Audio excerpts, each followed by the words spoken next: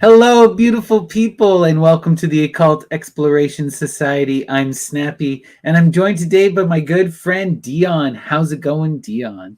Life is beautiful.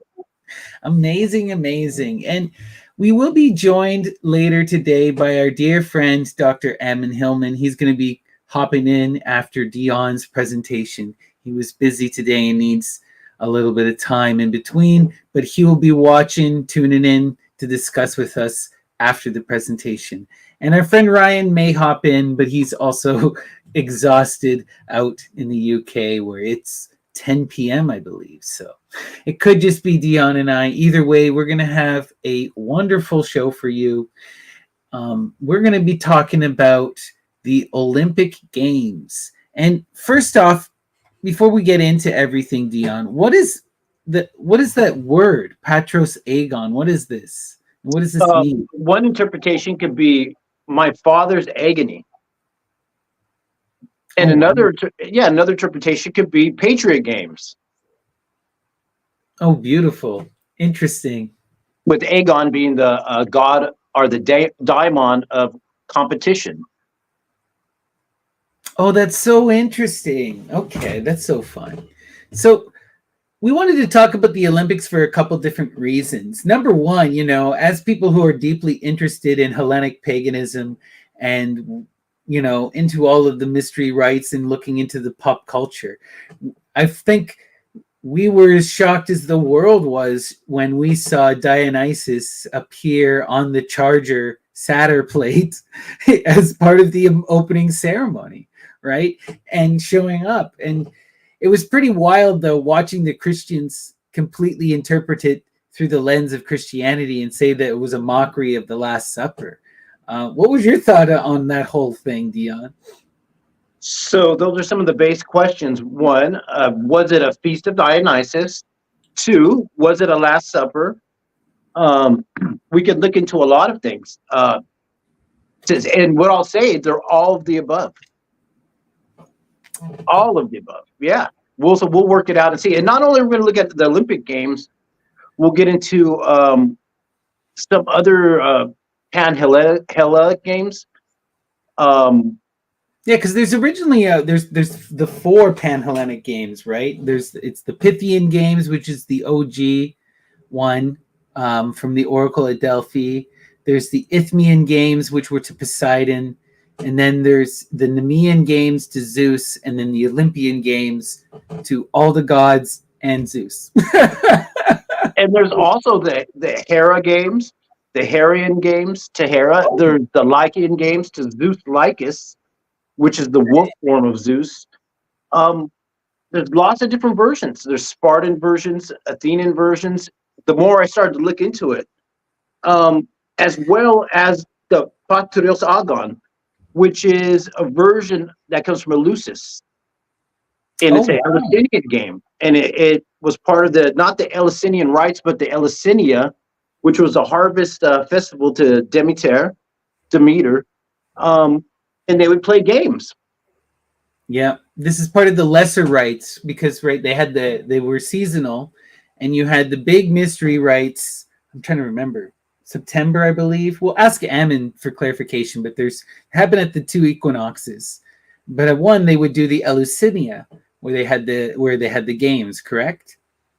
Well, we'll see. Well, he knows a little more about it. With the Olympics, we got different versions because we got a modern version, which was started in 1896. Mm-hmm. We got a historical version, and we got a mythical version. And so we'll look at some of the symbols and stories around these different versions.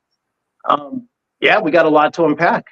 And trigger warning, because we might get into cannibalism and sacrifice and psychoactives, and because all that stuff came up in the research. Right. And this is the Occult Explorers. And as always, this is our interpretation. Take everything with a grain of salt. We're going to bring you some sources. We're going to show you some pictures. But ultimately, you make up your own minds and use your reason. Let reason be your guide.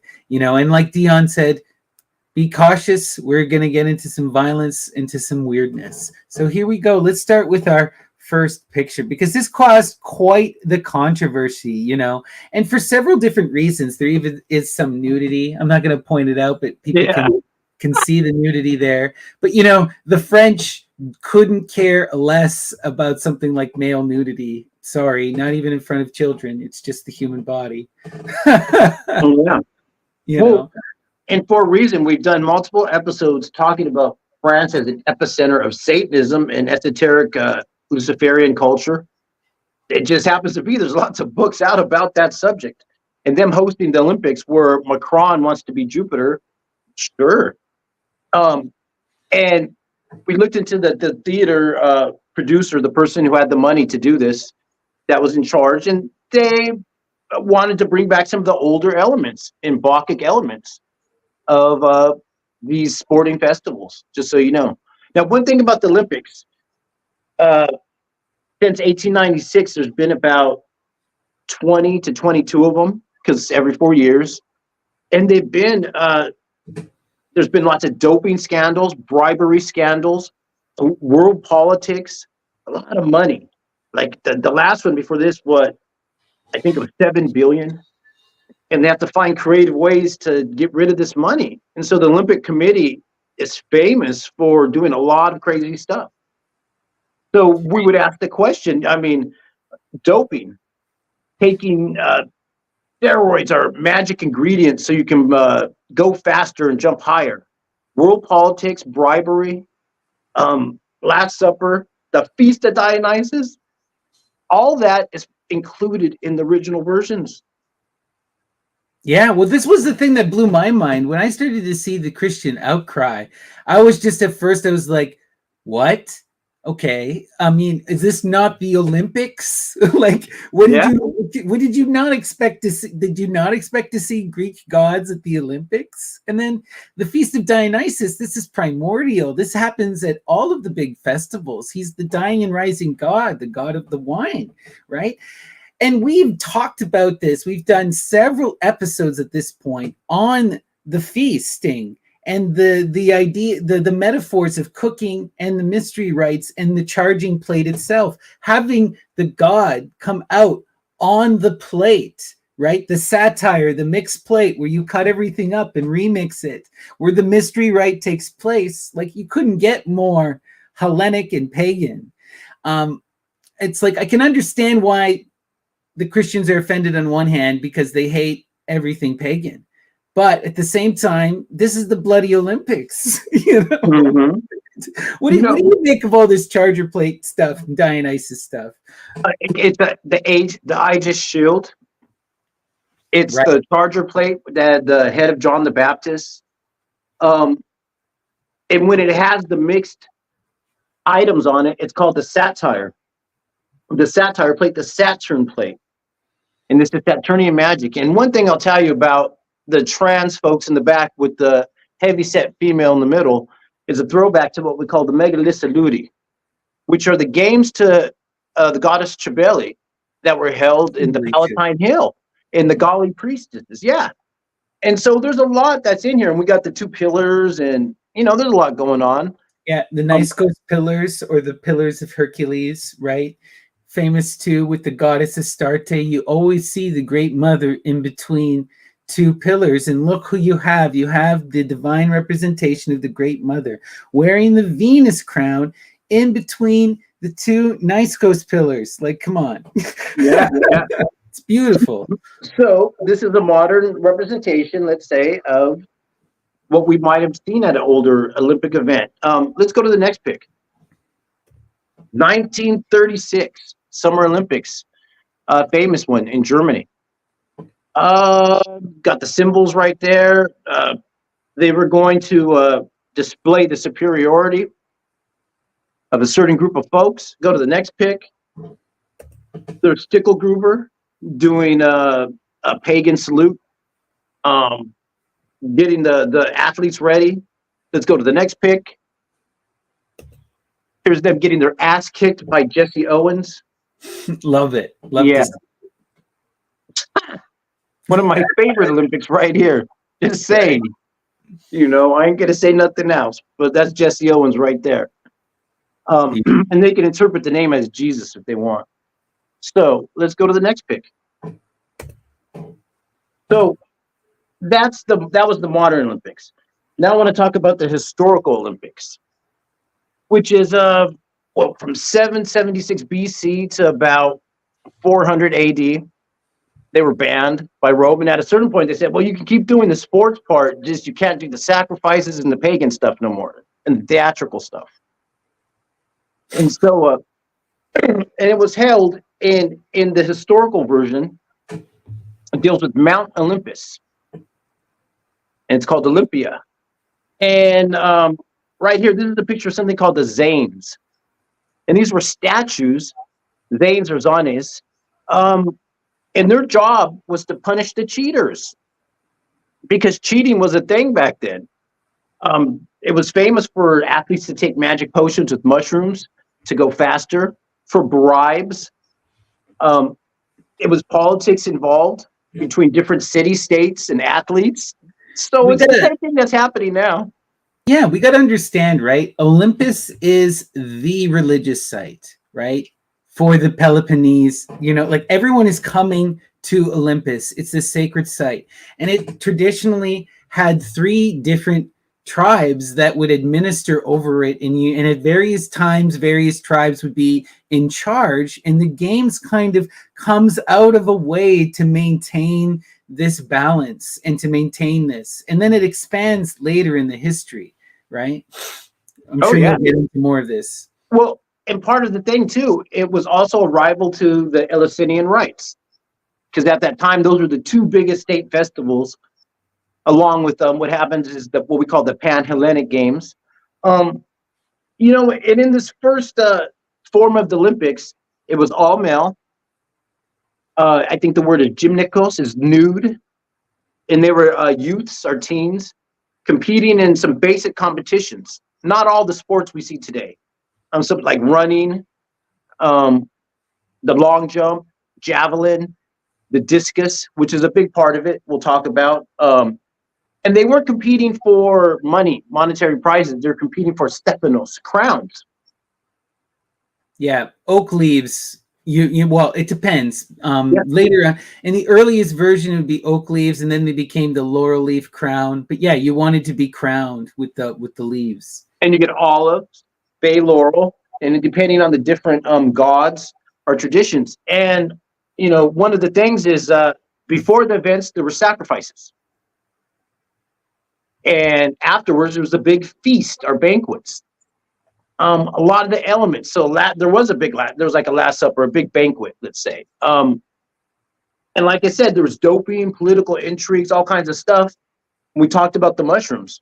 So eventually they let women into the games. So let's go to the next pick. I want to show you, this is a famous discus statue. In the discus, they would do a 1.5 twist and send that thing flying. That's your charger plate right there. We talk about that symbol and how it's special, and it had things engraved on it.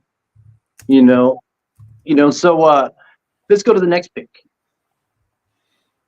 Yeah, and also we get that story right with Apollo. Apollo is really important to a lot of the games. Apollo founds the Pythian games, right? And he also famously kills one of his lovers by accident with the discus, So these are, and this is one of his things. His weapon is that discus, is that chakra. You also see this in the Indian tradition, the spinning disc, the chakra, in the earliest references within the Vedas. It's not anything to do with this new age energy stuff. That all comes later. In the earliest texts, they're referring to the chakra as the spinning blade, this weapon that would be thrown as a disc, And in some versions, it's attached and they can bring it back when they're done. Yeah. Exactly. Right. It's like there's all this wild conspiracy around it, as I'm sure many of us know. All right, let's continue. So eventually they let women into the games. Kaniska, if I'm saying it right, from Sparta, a princess of Sparta, and she took part and won the chariot races. these badass Spartan women. And her name means puppy love. Oh, wow, cute. Yeah, and that's going to be a big part of the story. What we're going to talk about is dogs and wolves, the Pelasgian and Etruscan wolf cults, Anatolian wolf cults. How, as part of the games, it goes to hunting rituals, let's say. And her father, his name is what? Kanikos. He was a breeder of hunting dogs. And this gets into what's called Artemis Lycus, which is the lupine, the wolf element of Artemis, hunting as the huntress. But she won the game, famous as a woman winning in the Olympics, going back to Sparta. Let's go to the next pick. Yeah, Ammon can talk to us a lot about that, but there's all of this stuff about these werewolf cults connected with Artemis, where these people go out, howl under the moon, become possessed by that spirit of Artemis as the wolf mother, and then are able to perform so much better in the hunt. They are like the wolf, right? They embody the wolf. Hungry like the wolf. Yeah, it's based on hunting rituals. Yeah. That's what you'll come to find a lot of this sport is. And in terms of the founding of the games, there's different views, different authors will talk about it. Plutarch thinks it was a certain Lycurgus. Lycurgus of Sparta. Yeah, Lycurgus of Sparta, because they found a discus with his name on it. And that's what he talks about. And this is going back to Plutarch, is talking about older times. There's other versions. And in one of the oldest and most popular, it deals with, how do you say it? Idios Dactylos Heracles. And founded the games for his father, Zeus. And it was a diamond. And it deals with these 5 diamonds. And they founded the games to honor Zeus, his battles and all this different stuff. And to honor the gods that kicked it at Olympus and drank their milky ambrosia. We've talked about the milky ambrosia in the past because this is part of the games too. It came up, their magic potions and drinks, and there's a lot going on there. Yeah, with the Hercules stuff, we'll get into it. I have some sources. I got some sources for a bunch of the different Greek game stuff, but it's interesting. It gets into the Herculean labors, the 5th and the 6th labors. With cleaning out the Augean stables and then dealing with the sons after. There's 6 altars that there's a lot of occulted magic. I'm going to be interested to get maybe Ammon's perspective. We may be catching him off guard, so we don't want to get everyone's hopes up. But yeah, it'll be interesting to see. So let's go. What else? So stay here. So here's Heracles wrestling, how do you say it, Antaeus? Mm-hmm. It's famous in their erotic pancration or wrestling battles. And in the original Olympics, it was the Olympians, the 12 of them, would take part in Hermes would battle Apollo, and Heracles just loved wrestling, anybody that liked to wrestle. And he was taught wrestling by a certain Autolycus, which means the lone wolf. Wow, that's cool. So there's a lot to unpack there. And we've also talked before about certain articles we found, these PubMD articles that deal with the flies of Heracles. And it's on the road to the Olympian game, and it deals with these pesky flies which drive people mad. And, there's a lot of episodes about gadflies and how they drive people mad. And around the Olympic Games was those pesky flies. And they would do the sacrifices, and they would come for the meat, and so they didn't want that. So there was a thing where what the authors posit is that it was the Amanita muscaria fruiting season, and they would plant the Amanita mushrooms on the way to the Olympian route, so that at that part of the season it would drive away the flies. And as well, the athletes would take the Amanita to take part, to give them magic powers. These are certain people talk about, a lot of authors. Beautiful. About the relationship with psychoactives, mushrooms, and flies, the Amanita muscaria, and there is evidence to mushrooms being taken in the games. Well, Carl Ruck writes about this wolf cult stuff in the Olympic Games and the mushroom. I'm almost certain. I'm trying to remember where I saw that. Yeah, we got the beast initiate. It's called the lycanthropy of Heracles. That's where a lot of this comes from. Because after a while, I was like, what? And then you guys went to thing. Carl Ruck is like, oh, he puts it all together. And so, yeah, so let's hit the next pick. You know, and part of the evidence of the pre-offering ceremony was dedicated to Zeus Apamios, and that means shoe fly Zeus, like shoe fly, go away, are the Miargos, which is he who chases away flies. Well, there's also that famous image too of the bull with being bit by the fly, right? Zeus is often the bull, right?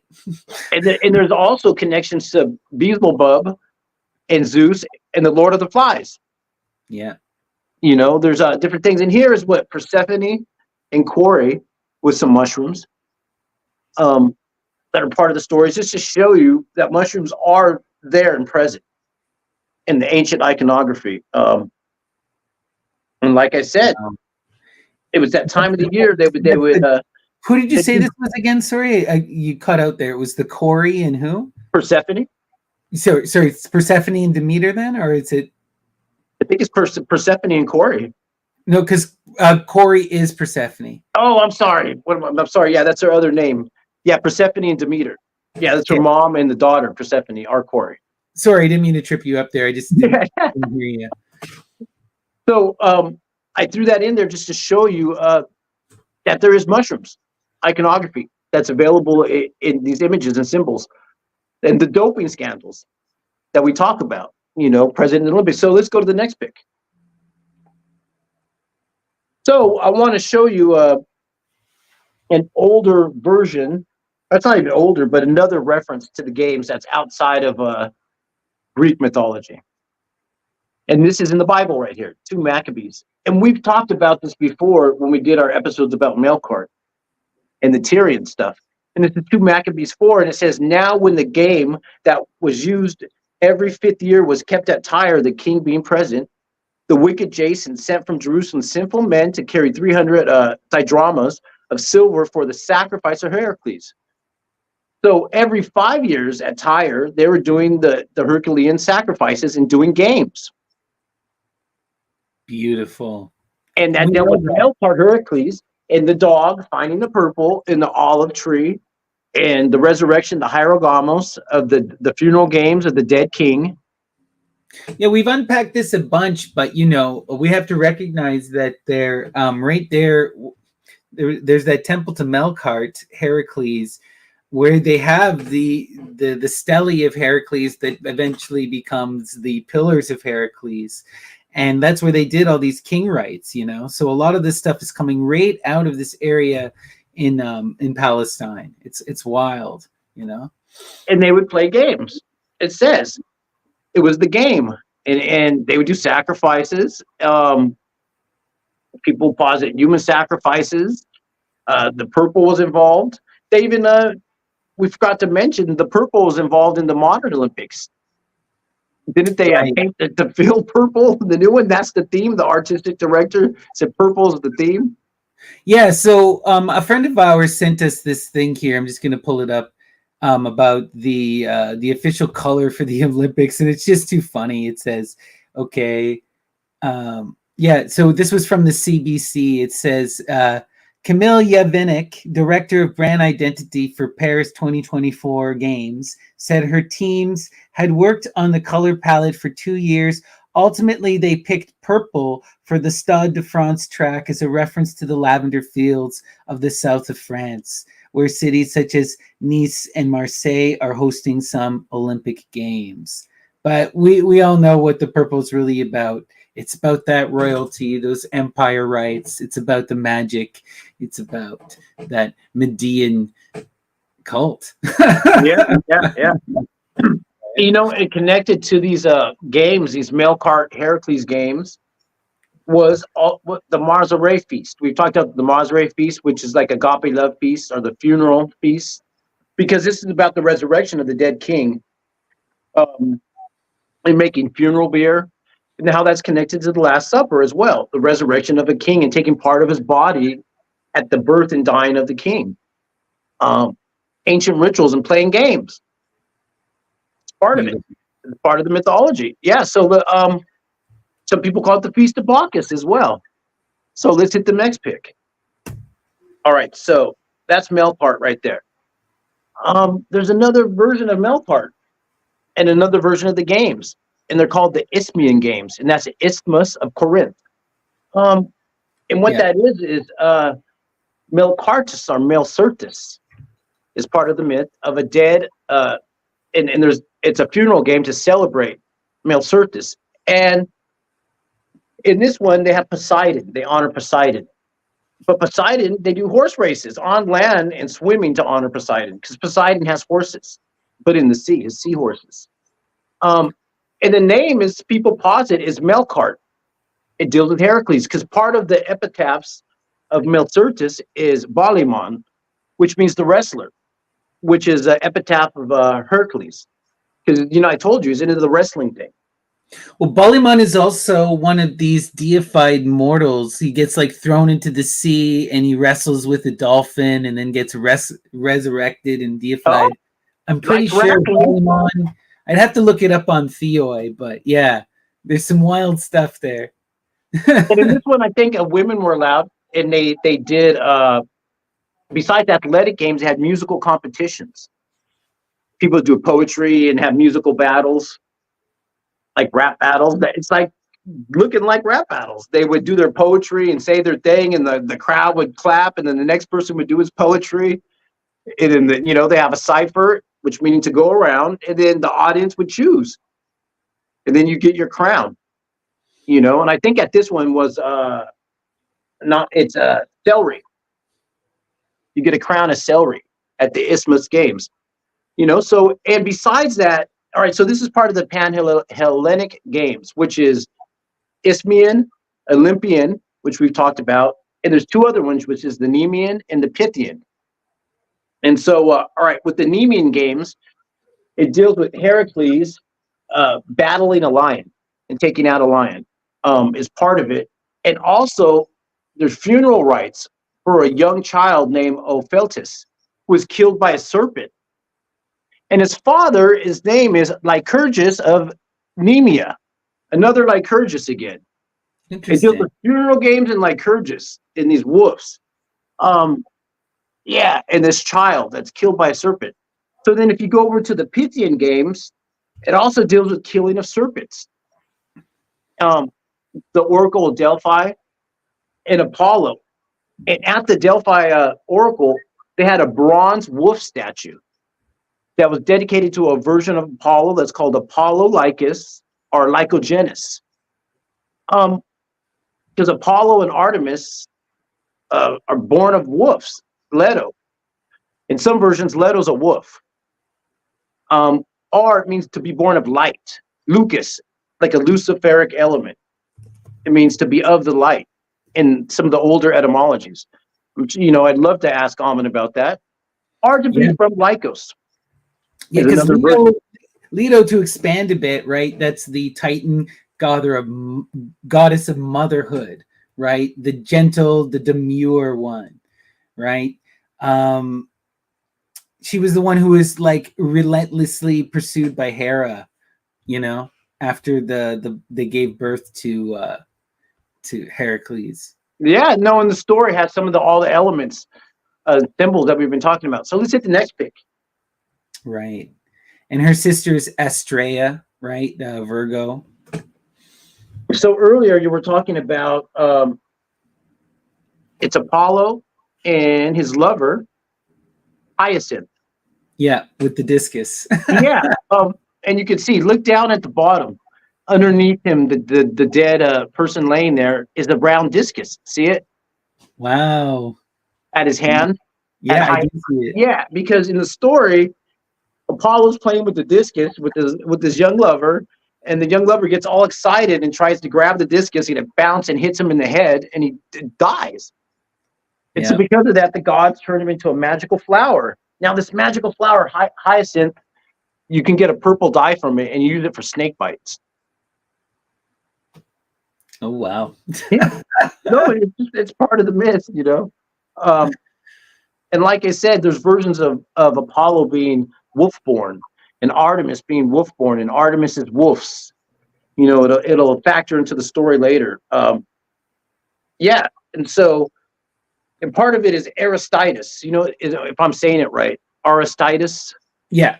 And he talks about the wolf cult are from older games. It's part of the older aspect of the games. So let's go to the next pic.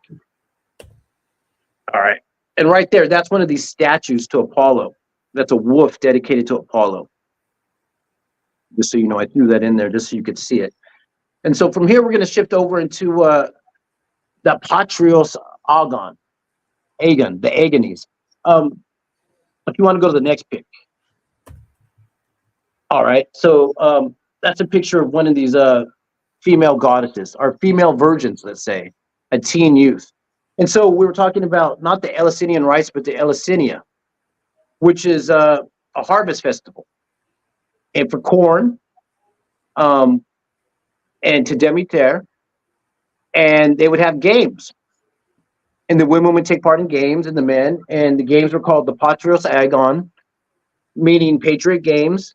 And the word Agon, he's a daimon in competition. He has an altar at Olympia, and was honored at Eleusinia as the god of competition. And it's one of those statues that doesn't have arms. You know, these weird statues they got. And part of it, we talked about tragedies in the past.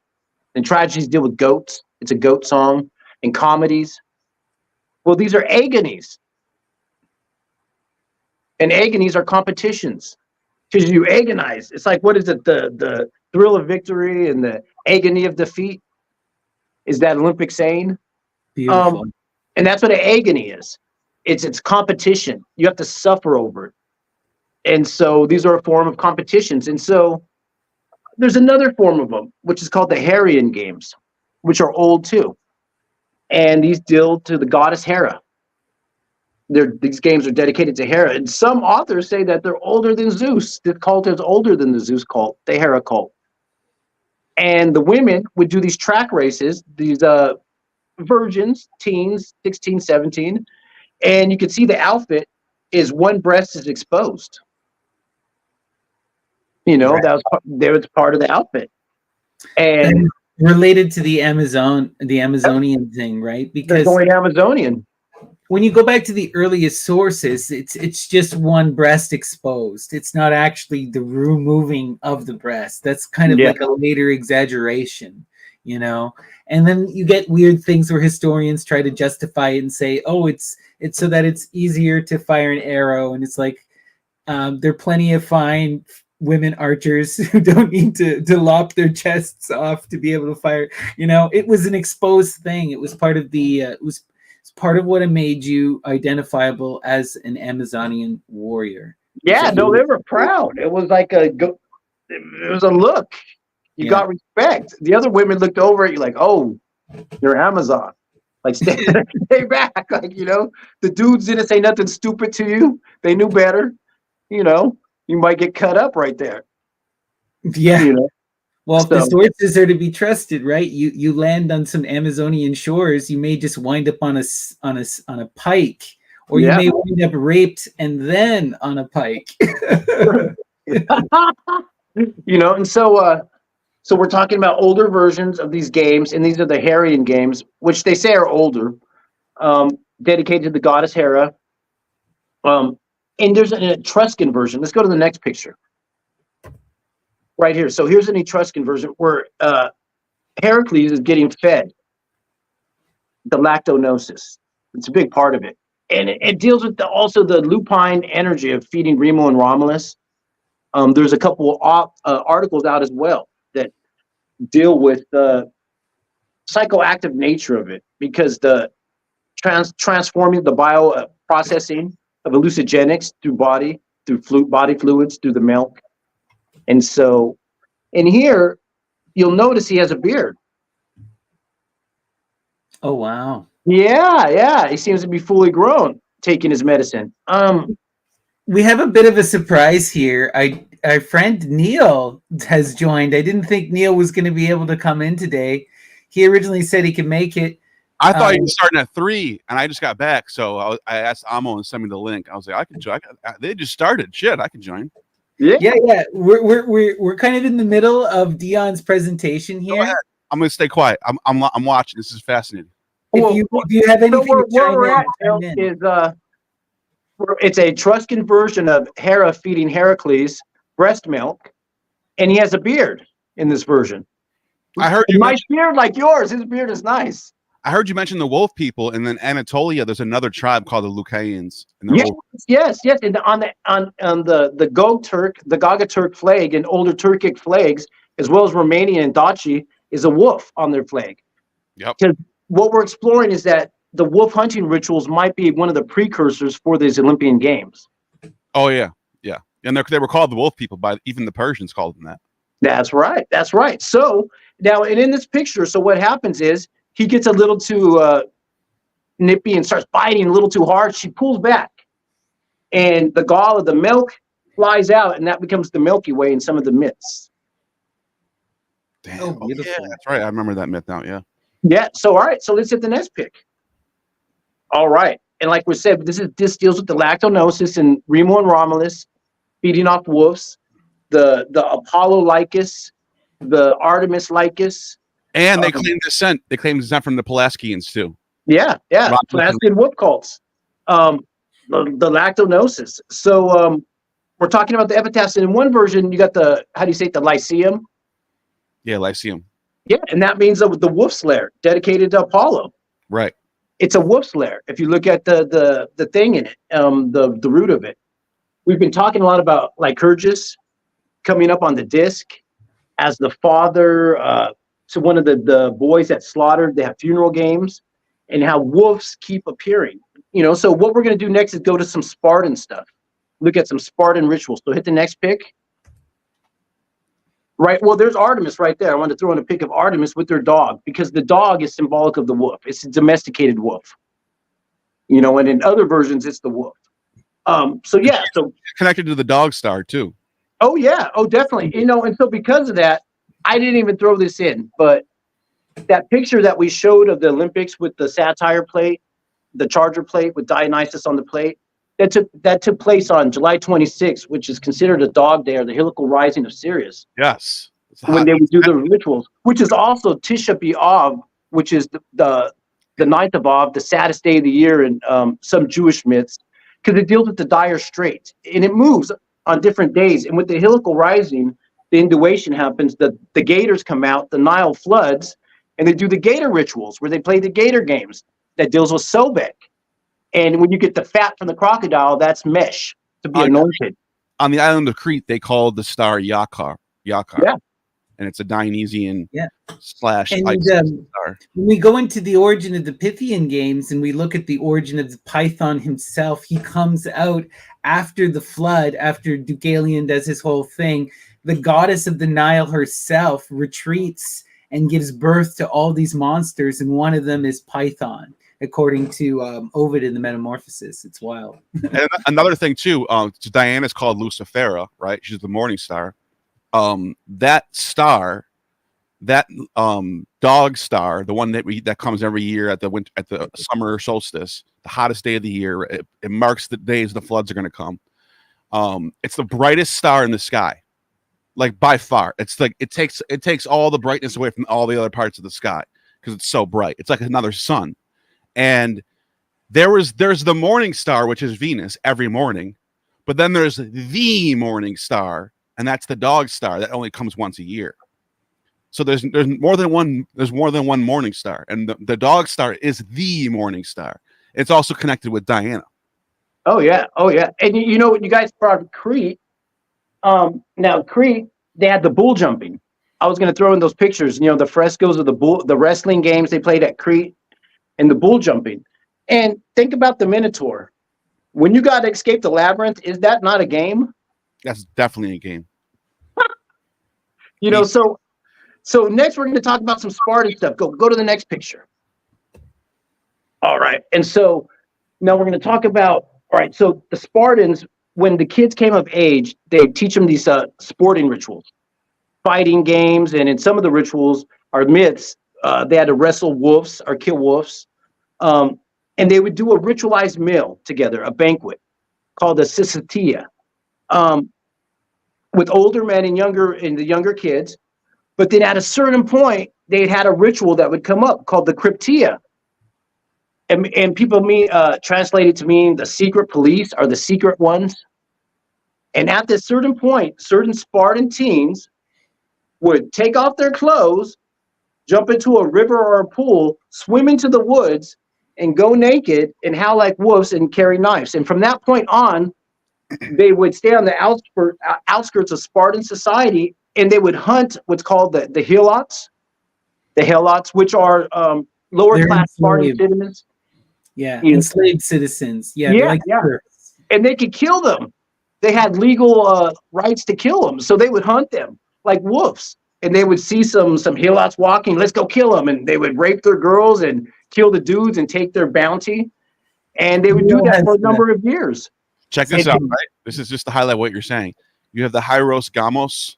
Yeah. Holy games. It's also the name for the word for marriage. Yeah. And you mentioned Dionysus, or you mentioned Crete, and it was originally Ariadne and Theseus, but then they just kind of like pull Theseus out of the mix and just make it about Dionysus. By the way, it's almost like the bull gets his revenge. Dionysus is represented by the bull, and he ends up marrying Theseus in Ovid's Metamorphosis after Theseus marries Ariadne, so he takes her back. So the bull gets his revenge against Theseus.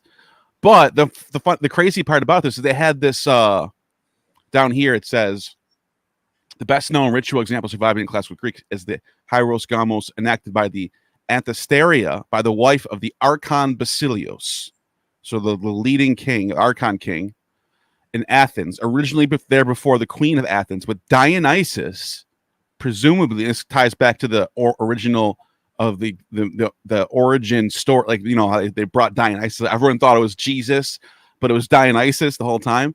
Dionysus, presumably represented by the priest or the Basilius himself, and the brief fertilizing mystical union engenders Dionysus of double unions, a god of mortal man and one night, result through telegony and semi-divine nature of Greek heroes, Theseus and Heracles. And so basically Dionysus is this king of the games, if you will. He's like the leading character of these games. He's the king of the game. It's so wild. There's so much speculation about this. A lot of it gets into the archaeology, but I remember I was talking to God, I can't remember her name. Anyway, but there's a bunch that has been said about the purpose of this bull leaping within Minoan society in Crete, and the academic consensus seems to be that it was about gaining prestige enough. Whoever won the bull leaping, whoever could leap and survive this foolish act, would then get to have relations with the priestess, and then their child would then be the chosen child who could potentially be the next priestess if they were a female, you know. And this is the origin of this earliest version of this matriarchal rite of how you would achieve, like, what male from the society is the most prestigious and most beloved by the gods in order to mate with the queen. It's the one who can conquer the bull and not die. It's also an opportunity for a class mobility. Exactly. Somebody from the bottom class can train all year, jump in the games, and then now they're royal. Now they're part of the higher upper class. It's pretty interesting how they do that. And you get prestige for a year because you get to wear the crown. That's why they're called Stephanos, the crown games. They're not prize games because you get clout, respect, which is worth a lot more than money to some people. You became famous. You became famous overnight. Oh, definitely. The way like in the West or America and Europe, we all have our favorite actors and favorite musicians. Greece was like that too. They had it. Oh yeah. And this imagery and everything, it still survives into our modern culture. Think of the Fool card, right? It's the bull leaper in the earliest versions of the tarot is the Fool, right? And also you see this imagery just everywhere within a lot of these running of the bull ceremonies and the bullfighting that you see in Iberia, which was heavily Hellenized, So this stuff still survives even into our modern period. It's just become occulted, right? Yeah. So let's hit go to the next pick, right? And we're going to go into the last set of games, and these are called the Lyceum games. And for here, the book, one of the good ones, is called The Beast Initiate, The Lycanthropy of Heracles by Karl Ruck. You got Plato, Plutarch, Ovid, and Pausanias. And so in the first one, Pausanias talks about the Lycian games, that they're the oldest. And for that, you go to the birthplace of Zeus, which is Mount Lycus, Wolf Mountain. And in this version, you got the king of Arcadia, and he tries to feed his son to Zeus. Zeus figures it out and turns him into a wolf. And so Ovid talks about it, Plato, that the Lycia are these Lycium games. At Mount Lycos, they would do sacrifices, cannibalism. There's evidence they found this just a few years back. The bodies there up in the mountain. And part of the ritual, and this is what Ovid says, the priest would do a sacrifice and then all of a sudden take off their clothes and run away really quick. The shepherds would throw spears and rocks at him and try to hit him. No way. And then they would come back a while later after they circled some kind of sacred site and then have a big banquet or feast or supper. You know what? What's in James Fraser's book is the Babylonians had this ritual, the substitute king ritual. Yeah. And he's actually correct.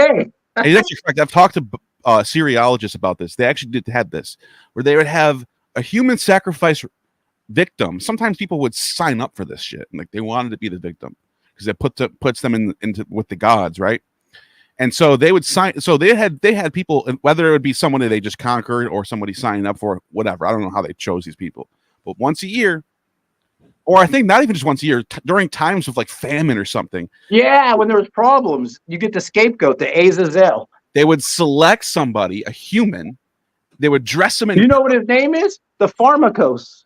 The Pharmakos. I didn't know that, but they would dress him in purple, and they would put a crown on their head, and they would, commit. Yeah, you could have all the women he wants, food, and then he would party it out, and then they would kill him. That's what he says. He was selected one of the virgins of the society to be his wife for the whole 24 hours before it happened. And she would stand there, and even while he was I don't know what their methods of execution were, but even while he's being executed, she would stand there and hold his hand and be like, "You're going to the gods," and cheer him up and stuff. This is but think about what the Gospels are doing. You got Jesus being called a king, mockingly being called a king. This guy is being a substitute king. He's not really a king in Babylon. He's getting given purple. Jesus is given purple. He's given a crown. Jesus is given a crown. And he's executed. And then there's Mary by his side. Think about that. Yeah. It's like the Gospels are playing out the substitution king ritual. Well, this is something that a lot of scholars make a big deal about, okay? When you look in the ancient Greek tradition, you don't really see within the greater culture, especially within the philosophers or within the plays, any real acts of forgiveness. Forgiveness is not something that is a part of the ancient Greek myths. The fortune happens to you, good or bad, and you have to just deal with it. There isn't this sense of forgiveness. Outside of that is that goddess Ilios. But where we do see forgiveness, where it does persist within the Greek culture, is in the mystery rites, where it's occluded with the soteria, the savior, the one who allows you to die and rise and achieve apotheosis and go through the cycles. And then that evolves in the mystery cults into the forgiveness Christ myth we see with the scapegoat and the shepherd. But it has this evolution over time because there's this necessity within the greater culture. They don't have a lot of that forgiveness, right? They live in this very harsh, brutal kind of world, right? And then the mystery cults allow that sense of forgiveness to come in. It's an interesting thing to think about. Wow. One last pick, and this is Ovid. And Ovid, the rape of the Sabines. Oh my God! No, this is the Lupercalia, Lupercalia festival, and with the goat thongs. Yeah, they whip the. People say it's the root of Valentine's Day. But look at the root of the word, loop. Luper, it's a lupine, it's a wolf ritual. Yes. And that's what Ovid says. This goes back to these wolf rituals. Yeah. That, the Arcadian Lycaea. That's what he says. Yeah. The hunting rituals. And so after a while, you stopped hunting and sacrificing and cannibalism and what have you, and they become games. By the way, Lupa means she-wolf. Yeah. Yeah. Lupercalia. It means she-wolf. It means she-wolf festival. Yeah, exactly. And so I'll leave it with that. The games, some of these games go to hunting rituals. Oh, there you go. Remo and Romulus. I just pulled it up, actually. The definition of it. It's from Wikipedia real quick. And there's that she-wolf right there. Female wolf. Boom. It's really, you're not like saying anything like, this is like facts. This is just facts. You know what I mean? Yeah, werewolves, lycanthropy. Yeah, Carl Ruck's take on it is mystical. Like, he puts it all together. He said these root cutters were doing lycanthropic rituals, dealing with wolves and Etruscan, Pelasgian symbology. Like, and that's the important part about the wolf myth. Is the most important thing is they claim and they make this very clear. All the poets, all the historians of the Romans, all will agree that the Romans are from the Pelasgians. Or Tyranoi, which is another word they use for Pelasgians. So the good doctor has joined us. How are you, Ammon? How's it going? Thank you. I'm doing well, Snappy. I've been watching, incredibly impressed, because when you said you were going to do one of your shows about the Olympics, I was like, oh, God, that is something I know nothing about. So I want to jump in. I want to jump into the stream, just in my experience from looking at that wolf. And that Lucaina on the Greek side is what that is, that priestess of the wolf. And she's constantly entering in to the picture of the mystery rites. So much so that she's the central figure that is the Isis that Apuleius portrays. And it's absolutely, it's astoundingly beautiful, because the Romans are sitting around saying, we are descendants of Lupa. That was her, right? The great she-wolf. Can you elaborate on that? Because isn't that not connected to Leto and the Amazons as well? Because you see all this stuff with Leto being the wolf, and she's the goddess of motherhood, and then you have the one breast out in this lactognosis that they seem to be doing. What's going on there from your perspective, Ammon? Yeah, it's one cult. It's the cult. If you look at it this way, it's the cult that you're tracking. It's not, these are different civilizations, different cultures, different regions, right? But they have a common cult that they're practicing. And that's what you see with the mother of Romulus and Remus. She's a priestess who is impregnated by Mars. Do you understand? So the same, when you talk about the virgin and the birth of that child of God, when you talk about that line of inheritance, the line of kingship, that's something that the Romans were establishing, centuries before there was any Christianity out there. So yeah, that's a good solid. If you can track, I'm sorry, Dion looks like he was going to say something. Well, I had a pic I came across. It was called Maritus Lupus, the wolf of Mars. And it also deals with Ares. It's an epitaph of Ares as well, because Ares had an altar at the Olympian Games. And in that form, it's the wolf of Mars. You know what? I'm so glad we're doing this stream right now, because one of my projects that I'm working on is like comparing the classical period to the Dark Ages. And I'm reading through some of these source books that I have, looking up the Olympics, trying to find some little nuggets for this. And it's like, it's all happening in the 6th century BC. That was such a magical time period. So it says right here, Pythian Games, 586 BC. Isthmian Games, 580 BC. Nemean Games, 573 BCE. What a world that produces all these amazing games and festivals and festivities and mystery religions and different sculptures and paintings and plays and different types of education systems and all these different types of building structures, architects and Doric columns, Ionic columns, Corinthian columns. What the hell happened to the world after this? And the Olympics is such a great way to look at it and compare, because guess who ends the Olympic Games? Theodosius. Of course, he ends everything. He literally ends the world as we knew it before. He starts a new world, and that's why I'm calling it the Dark Ages. I think it's very clear what happened.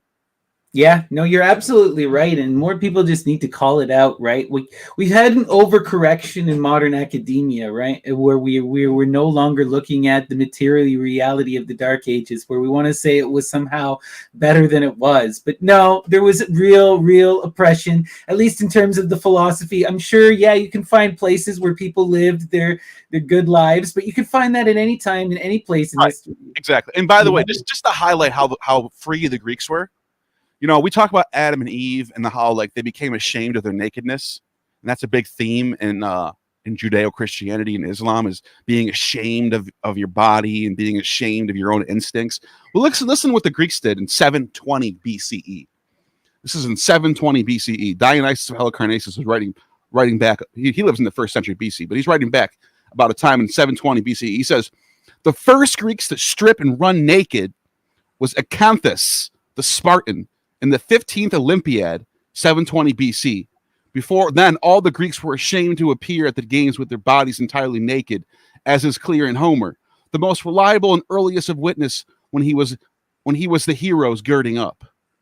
So after 720 BC, they're like, we don't give a shit if we're naked or not. We even saw it on display fully with this whole Feast of Dionysus thing, because during that display, one of the male dancers had a display of nudity, and the Christians lost their absolute mind, saying that we need to like ban them, and they're satanic, and they're promoting male nudity, and they're showing, how dare they show male nudity to children. And it's like, the French couldn't give two Fs. You know, you could be nude on your front porch in parts of France, and no one will bat an eye. And I would argue because in the neoclassical period, which is French, it's like a second Renaissance happening in France, right?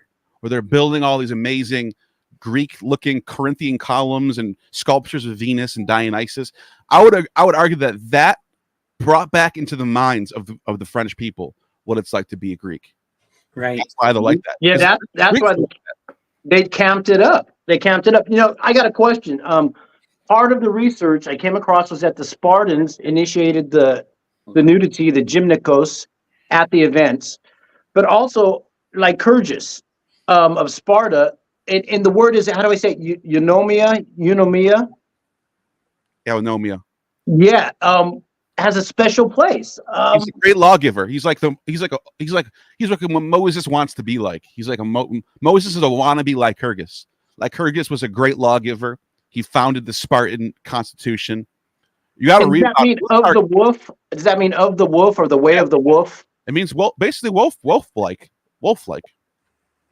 That's what, if you had to come up, if you had to force an etymology of it, sure. Everybody knows what the word for butthole is, and the reason it's proktos is because the Spartan custom of being with boys. Wild. So I wanted to bring up some sources so that we can get into it. When I was looking into the games, the earliest game that I could find a reference to was the Pythian games, and this comes much later from Ovid, but I thought it was interesting, and I wanted to read it for us here. So this is some Ovid, and this comes from the Metamorphosis. And it says, after this, the earth spontaneously produced the world of animals, when all remaining moistures of the miry fens fermented in the sun, and fruitful seeds in the soils nutritious grew to shapes ordained. So when the 7-streamed Nile from oozy fields returneth duly to her ancient bed, the sun's ethereal rays impreg the slime, that haply, as the peasants turn the soil, they find strange animals unknown before, some in the moment of their birth, and some deprived of limbs and perfect, often part alive, part of the slime inanimate, are fashioned in one body. Heat combined with moisture so conceives, and life results from these two things. For though the flames may be the foes of water, everything that lives begins in human vapor, and it seems discordant concord is the means of life. When earth spread over the diluvian ooze, felt heat ethereal from the glowing sun, unnumbered species into the light she gave, and gave to being many an ancient form of monster new created. Unwilling, she thus created the enormous python. Thou unheard of serpent spread so far athwart the side of a vast mountain, didst fill with fear the race of a new created man. That god bears the bow, a weapon used till then only to hunt the deer and agile goat, which destroyed the monster with a myriad of darts and almost emptied all his quiver till the envenomed gore oozed forth from livid wounds, lest in dark oblivion time should hide the fame of this achievement. Sacred sports he instituted from the python called the Pythian Games, and these the happy youth who proved victorious in the chariot race, running and boxing with an honored crown of oak leaves was enwreathed. The laurel then was not created, wherefore Phoebus bright and godlike, beauteous with his flowing hair, was wont to wreathe his brows with various leaves.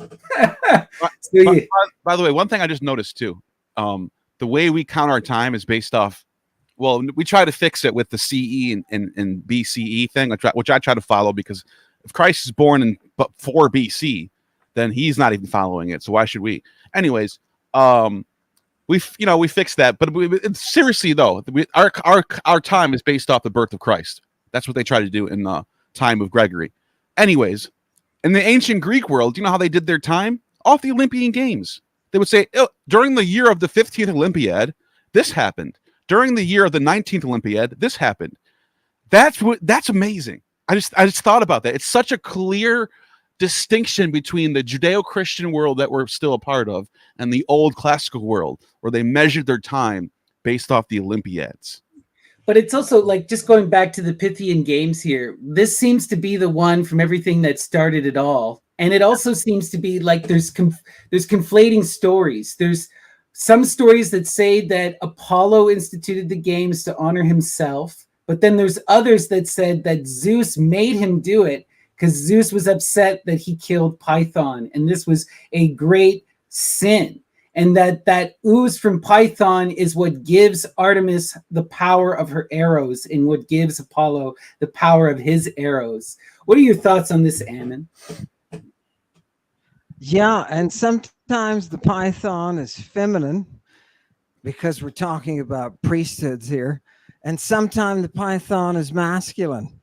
And that whole change of priesthood with the slaying of the dragon, like Hercules is doing, who is leading this cult, right? We got to remember the Olympian Games are only there because he founded them, right? So the fact that he is in the culture, you know what his culture is? His culture is one who calling themselves children sown from dragon's teeth, or sown from the fangs of the viper. Yeah, Dion. Yeah, part of the myth I came across is that they plant the dragon's teeth in the ground. Well, Pindar talks about a bunch of this stuff too with the Olympic and the founding of the Olympic Games. Yeah, Pindar he's like the Michael Jackson plus the Beatles in one back in the ancient days. Like, he was every year the top of the charts, winning all the awards for the best poet, best rhapsodist. Pindar is the greatest. They deified Pindar. They made a temple of Pindar and somewhere I forgot where it was. There's two past. Go ahead, sorry. He was a douche. Let it be entered into the record. He was a douche to Corinna, who beat him. I forget which game it was at, but she got the first place and beat him out for it, for composition, lyric. He was so used to winning that he couldn't handle it. Yeah. So, by the way, can I say something real quick? I have a story that Ammon's going to love about the Olympic Games, and it tells you the spirit of the Greeks in comparison to the rest of the world. I was going to say Persian, but it's just the rest of the world. Where Herodotus talks about this story, I could read it, but that's actually pretty short. Let me just read this real quick. Herodotus says a few deserters came, men to the Persians, men who had nothing to live on and wanted to work. When they were brought before the king, the Persians asked what the Greeks were doing. One individual asked, on behalf of them all, the deserters told them that the Greeks were celebrating the Olympic Games and watching athletic contests and chariot races. He then asked, what was the prize for these games? They replied that the gift was a crown of olive leaves and no money. When the Tritanochames learned that the prize was a crown and not money, he could not keep silent, but said before everyone, what kind of men have you brought before us to fight against Mardonius? Men who compete not for material things, but just for excellence? And it's like the Persians cannot wrap their head around that the Greeks are playing for nothing but fame and excellence and no money. That's like such a Greek thing if you think about it. They don't care. The only reason why Achilles fights, right? How do they eventually convince Achilles to fight? Because if you don't fight, you'll never be famous.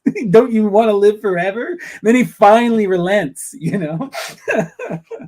But this is an ongoing thing. But I want Ammon and Neil and Dion, I want us all to unpack, because Ammon kind of touched on it briefly, but this is a central theme, is that what we are witnessing with this Olympian is a displacement of this earlier chthonic feminine religion, right? That is the root of these mystery rites. And it's this Hecatean kind of cult that we see that's representative of the Medusa, of the Sphinx, and of course the Python itself. All of these are these monsters.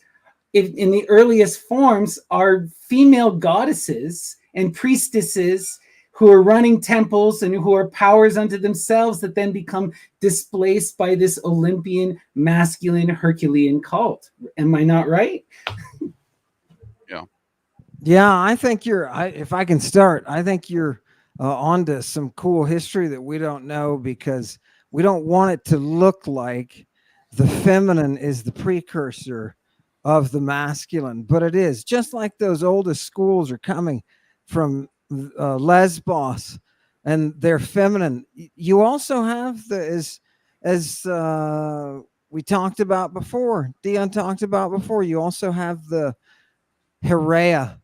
And what are these girls doing? And did you notice that it's some kind of initiatory rite, it looks like, because it's only open to these girls, and they have to be a specific age, right? And they dress like this, and they go out, and what are these people doing? It looks like a feminine precursor, because those girls are a reflection of that matriarchal or woman. I don't even want to call it matriarchal, but even though they do have queens, I want to call it driven. The society, authorities, it's coming from a feminine core. It's coming from a feminine core. And if you'll notice, right, we don't have the team. Where's the team from the Amazonians? They don't do this garbage. What are you talking about, bro? Hercules is fighting them. He's supposed to go off and get somebody's girdle, right? Yeah, Pentalethea, isn't it? He has to steal her girdle, and she's the queen of the Amazons. Yeah, there's some weirdness going on there. What does she do to him? Oh gosh, I'm trying to. Doesn't she seduce him or something? Or he ends up, serving one of the Amazonian queens. He ends up serving as her sex slave. Right. And he has to. They're into cross-dressing. And it's a huge deal. We have this on Roman mosaics, for example. Here is Hercules, and he's wearing this great looking nightie in it, and she's like, throw me some grapes, you idiot, right? Love it. But these games, the origin of these games is what always throws the scholars off.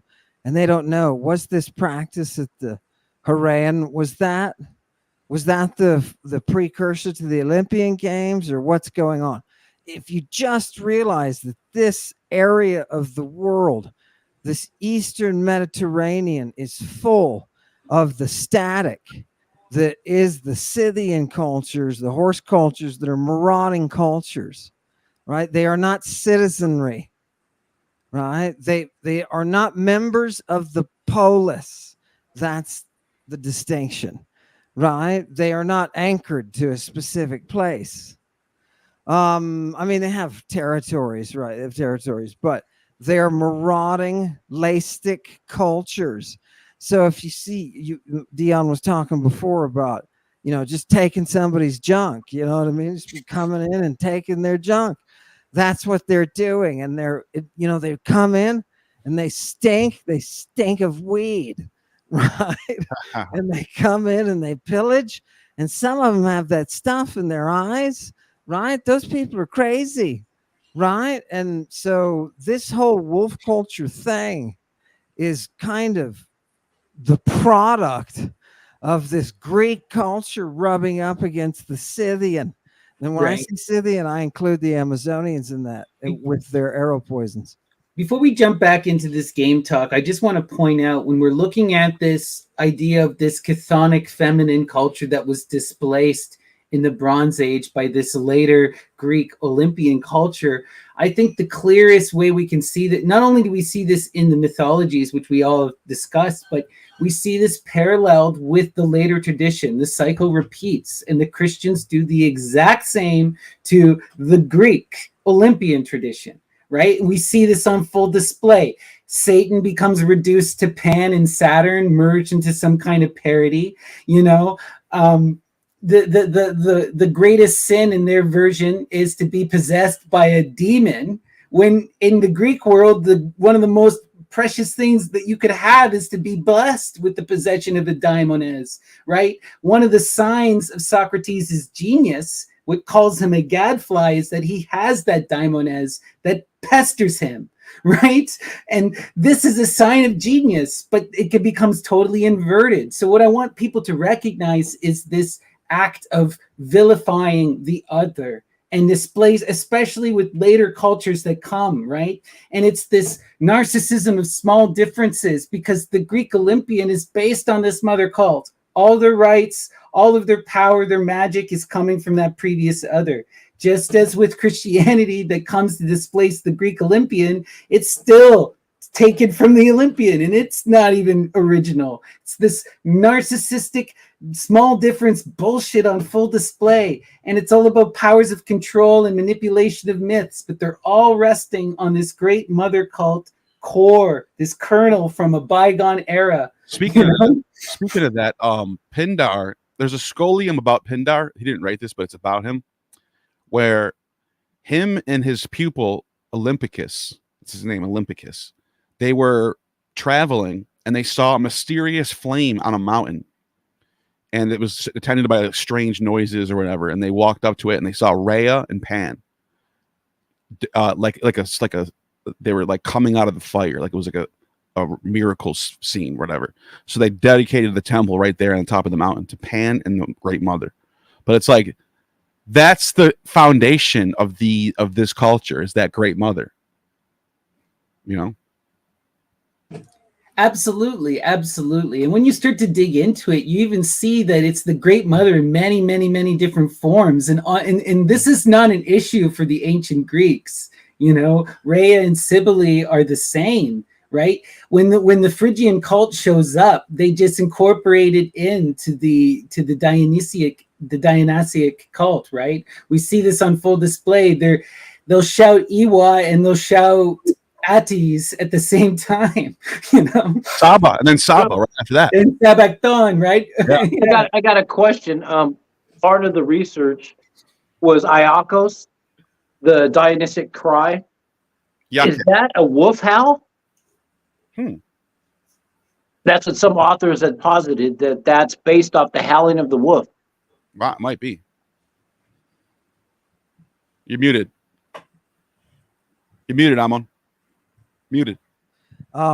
Get this. Iacho can be used for animal sounds like the howling, but it is particularly used in the case of the hissing of the serpent. You see, Iachos was originally a dragon. Do you remember who his father was? His father was a dragon who made love in deception to the Korah, and that's who his father was. That's why the devil and Bacchus are the same individual. It is through that serpentine fang that we're able to bring the devil into the world. And also you have the frogs too. Yeah. Those Well, we have to recognize, right? Who is Dionysus but the ruler? He's the god of the earth, right? He's born of the woman Semele, but he's not a demigod. He's a god in the flesh. Hades. Right? So he is Hades. Yeah, Exactly. We call him straight up Hades. Plutarch literally says Dionysus, Serapis, Pluto, all are one. So it's not just Dionysus and Osiris, it's Dionysus or Dionysus and Sabazius, but he's also saying it's Pluto too. So through some sort of mysterious reincarnation, he's also the king of the underworld. It's all those myths of cycles. He's the dying and rising god.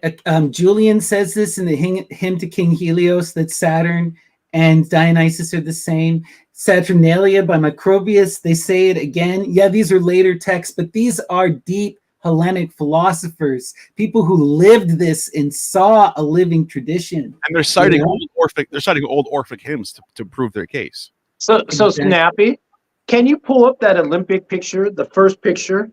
Yes, of course. Let's see here. Oh, actually, I can just boop. All right. Since we're talking about the satire as the satire plate and Saturnian energy. Yeah, cutting things up, right? What is satyr? A lot of people get this confused with Kronos, right? They and I remember one of the first conversations I had with Ammon was asking this, because scholars want to separate Titanic Kronos, ruler of the earth, the reaper, the one who castrates Uranos, and the Orphic Kronos as the god of time. But really, when you listen to the Greeks, how they conceptualize time as being cut, as being divided into its infinite points. And this act of dividing is magic. It's that an act of invoking reason. So cutting things up on the plate, that's Saturnian magic, remixing, spreading things around, right? It's the satire before the agony, the competition. That's how the tragedies perform too. They have the chorus would come out and do some satirical chanting, and then the tragedy comes out. Yeah, the satyr plays, right? You have that one satyr play with that trilogy. That's yeah. What do you think the whole intoxication mood is of? So if you look up Iago, you're gonna find that they're gonna put two digammas after an epsilon, Ewacho, right?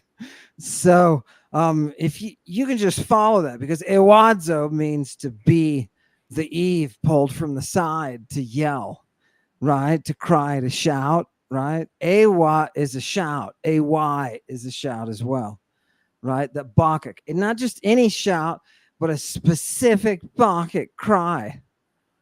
So even that word Iacchus, like when you look in the Orphic hymns and it says Aphrodite is that the one who sits with, or companion, the one who sits next to, seated next to, she is that for Iacchus, right? She is that for him. That is what how the duality, not the Trinity, works. Love it. Some of the points, Dion, that you made were, I mean, foundational and beautiful, and everybody needs to read Pindar and see what the hell's going on in the Olympia nodes, just to get some background. But other than that, the references, the only thing I can add, like, uniquely, because I was thinking, what can I say when, that is not something that they can just look up and find, something that you yourself have done. And I can say on the medical side, you can look at athletes and the regimen, and Galen goes on ad nauseum about the regimen of athletes, right? And how you're supposed to take care of them, what kind of diets you're supposed to give them, how much exercise, how much rubbing, right? When I saw that, I was like, wait, Diet, exercise, and rubbing, that's a part of their medicine. And you think to yourself, wait a minute, all these years I'm supposed to be getting a couple of rubbings every day? What's going on, right? The whole care of those athletes is phenomenal. The other thing is, from the medical perspective, the brutality. You talked about the different, events that could be involved. You mentioned a few events that can be involved, and there was one that was basically mixed martial arts. It's what it was. And the only thing you couldn't do was, what is it, bite? I think you couldn't bite or gouge eyes. Those were the two things. Everything else was fine. So boxing the genitalia, all that kind of stuff, was on board. And submissions, they were very active in causing submissions. Anyway, the doctors write about it in detail. And those things were deadly, man. Those contests were deadly and dangerous. And you have to realize the people going into them knew that they could die in the process, right? Ancient Greek boxers wore metallic bands around their knuckles, right? You can kill somebody that way. Well, that was part of the deal. Every once in a while somebody dies. So all of those statues, those classical statues of Heracles, they're so, passionately sympathetic, that show him beaten up, that show him with that cauliflower ear, the big over protruding brow from being hit so much, in a very passionate way. That's really the spirit of those early 776 Olympics, accordingly founded by the dude Heracles. And remember, Heracles has his cult temples all over the place, right? You'll find those as you're going through Gracia, like another temple, another shrine to Heracles. What the hell? Right? Yeah. And notice, please, it's another theme with the Olympics. Notice, it's always rubbing up against the Amazonians. It's always rubbing up. Even in the Olympic Odes by Pindar, he talks about nobody can go up against these Amazonian women with horsewomen with their arrows, right? They're unstoppable. So it is a huge deal for Heracles to be able to go get the girdle of the queen, right? You ready for this real quick? So Pliny the Elder has this crazy story about an Olympic boxer who got deified. He says, he's talking about the Oracle at Delphi. And he says the same oracle, and with the ascent of Jupiter, the supreme deity, this is obviously translated through the Latin, so Zeus, Euthymus, the boxer, who won all of his matches at Olympia and was only once beaten, was made a god in his lifetime and to his own knowledge. So he was made a god even before he was dead. He was a god on earth, deified. His native place was Locri in Italy. I noticed that Callimachus records an unparalleled marvel that the statue of him there and another at Olympia were struck by lightning on the same day, and that the oracle commanded that sacrifice should be offered to him. This was repeatedly done both during his lifetime and when he was dead, and nothing about it is surprising except that the gods so decreed. That's an Olympic boxer being deified and being made a god. So this shit is real. This is not just some random little kid stuff. That's amazing. That's a great find. So Ammon had brought up the Olympian Odes, and I wanted to read a passage from the Olympian Odes, which tells us about the labors of Heracles and the foundation of the original Olympic Games. So let me read this for you. It says, "The laws of Zeus urge me to sing of that extraordinary contest place, which Heracles founded by the ancient tomb of Pelops with its 6 altars, after he killed Cetistus, the flawless son of Poseidon, and Eurytus too, with a will to exact from the unwilling Aegeus, strong and violent, the wages of his menial labor. Heracles lay in wait in the thicket below the Cleonae, and in his turn overcame those men by the roadside. For once before those arrogant Maliones had destroyed his Terinthian army, when it was encamped in the valley of Elis, and indeed was not much later before the man who betrayed his friend, the king of the Epeans, saw his land with all its possessions, his own city, sink into a deep channel of destruction, beneath unyielding fire and blows of iron. A fight with the stronger man is impossible to push away. So even he, by his own senselessness, lost of all, found himself captured, and did not escape sheer destruction. But the brave son of Zeus gathered the entire army and all the spoils together in Pisa, and measured out a sacred precinct for his supreme father. He enclosed the altis, the altars all around, and marked it off in the open. And he made the encircling area a resting place for feasting, honoring the stream of Alpheus along with the 12 ruling gods. And he called it the Hill of Kronos. It had been nameless before, while Anomos was king, and it was covered with wet snow.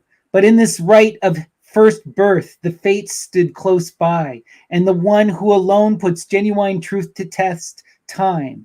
Time moved forward and told the clear and precise story, how Heracles divided the gifts of war and sacrificed the finest of them, and how he established the 4 years festival with the first Olympic Games and its victories. So even Kronos is the foundation here. But isn't that kind of interesting? It came out of that fifth labor, isn't it, where he has to clean out the stables, and then Eurythemus won't pay him, and so he gets the sons together, because the sons at first want to see Hercules get a fair wage, and then he tries to get them to join his army to go fight their father, and then they turn on him.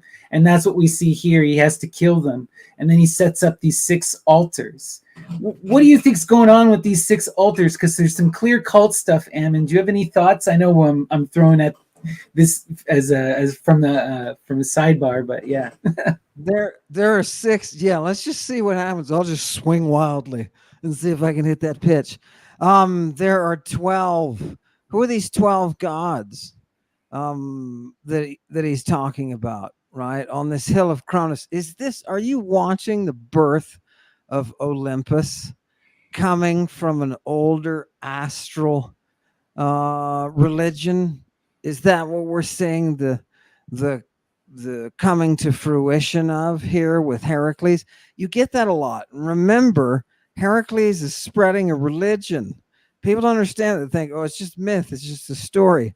And it's just like something we put in, Hollywood, put in, New York, put it on the play, stop. Heracles historically is spreading a religion.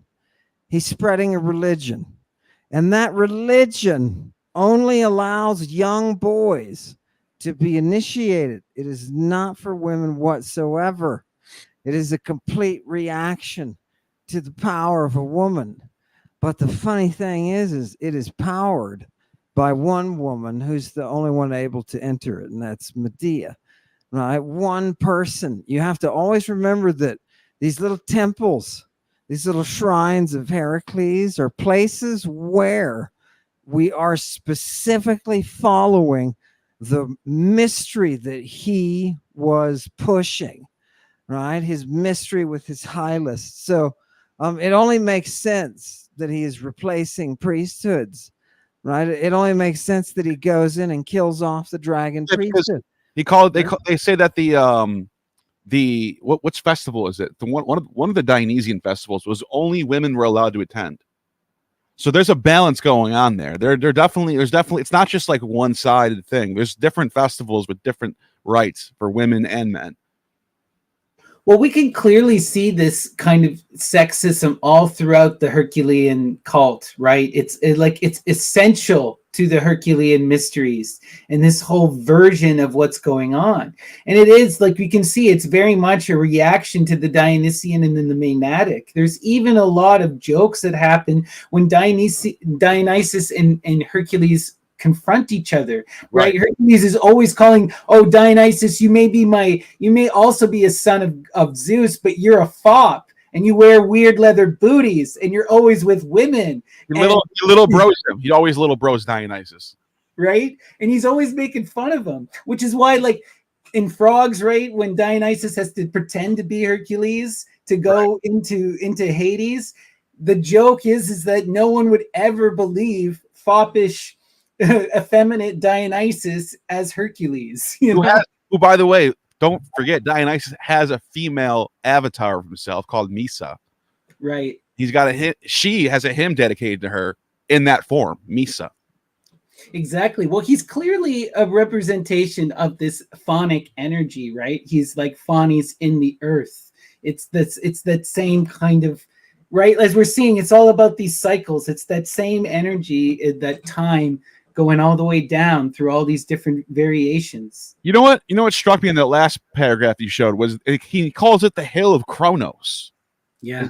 Is there I wonder if there's a reason why is he just hearkening back to the old father, or Kronos is right, the father of the 12 Olympians, and like Ammon said, they're establishing this new lineage, right, on which they're displacing the Titanic line. I forgot about that. Okay, that's why they have the satire plate. The satire plate in that Dionysic image at the Olympics. It deals with the satire plate part of it too.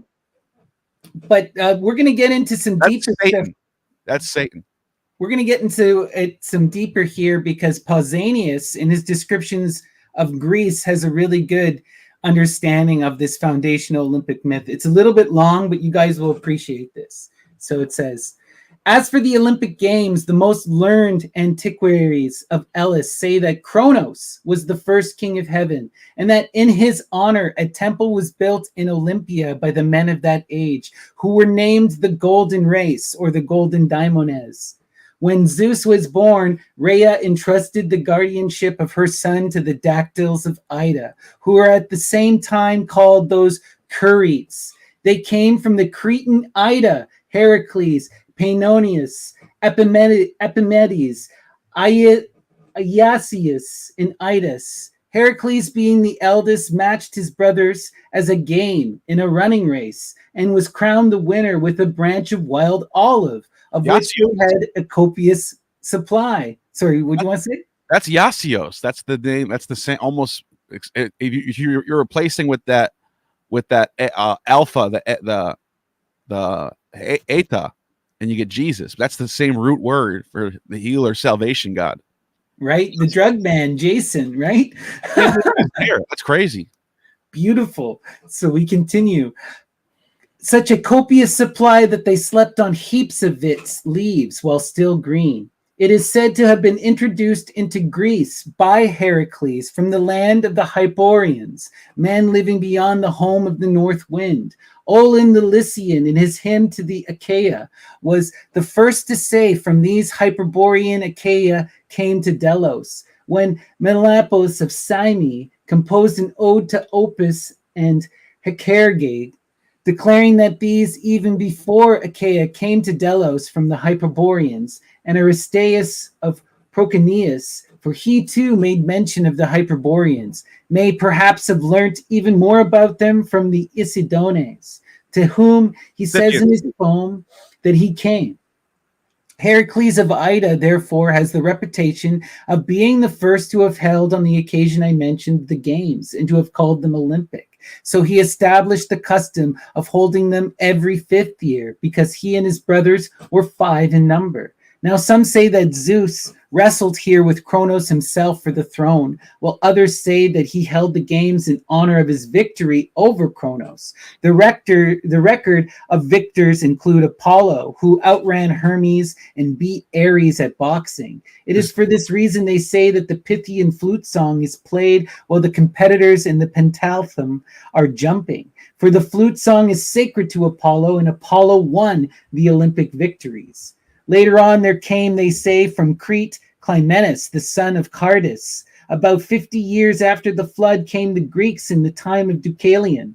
He was descended from Heracles of Ida. He held games at Olympia and set up an altar in honor of Heracles, his ancestors, and other Curetes. Given to Heracles the surname Peristates, assistant, and Endymion, the son of Aethelius, deposed Clymenus and set his sons a race in Olympia with the kingdom as the prize. But yeah, you guys get we can keep going. Oh, by the way, I love Pausanias. What would we do without Pausanias? He gives us the last picture of the world and what it looked like. If we didn't have Pausanias, we would be guessing at like what the world looked like in the 2nd century. He's walking around and seeing all these beautiful temples and sculptures and Pythian games. And by the way, notice how they make sure you know that Zeus fights Saturn. That's the opposing forces of God and Satan right there. Dios and Saturn. And you have that picture there. But it's hearkening back to the time where Yasios is still alive and Zeus is not even in power yet. Because the story goes at the third plowed field, which is in the harvest, which is in the fall, Yasios lays with Demeter, gets her pregnant with Plutos, and then Zeus kills Yasios. This is talking about a time when Yasios is just running around with his gangs and chilling, the young Yasios. So this is going back to the Golden Age. This is when Saturn is ruling. Exactly. And it seems to be that this game was how the first game, at least Pausanias is positing, that the first game was between Zeus and Kronos, and Zeus won, and that's how he became the ruler of the heavens, by beating his father in a game. Isn't that wild? And I didn't read it because it was getting a bit dry there, but it connects it to the later reestablishment of the game. So the oldest archaeological evidence we have is for the games as established by Hephaestus of Elis. And that comes after the Dorian invasions. There's like this time of anarchy during the city-states, and Hephaestus goes to the oracle at Delphi to ask, how do we solve this issue of the anarchy? And that's when they come up with the Olympic truce, which basically prevents anyone from moving. The truth wasn't just that you couldn't fight, was that you weren't allowed to move from city to city during this time unless you were going to compete at the games. And this comes from this. Go ahead. Sorry. It chilled out the Spartans from the Athenians, from the Pelasgians, from the Trojans, and the greater Italians. They're all allowed to join these games now, even if they're at war. Sort of like today. We're at war with Russia, and there's Russians in the games and the Olympics, and so it's sort of like keeps the world together in a way. It's a really beautiful idea, and it's an expansion, because when we look at the Elean order over Olympus comes about through this traditional way that they managed Olympus. You had 3 different tribes, and they would compete in these games to establish who would be the head of Olympus. And then they just kind of expanded it to all of Greece. It's really interesting that these competitions are what bring peace.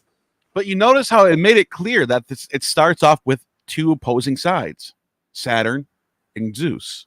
So you have to have these different nation states that are warring with each other come together for the games.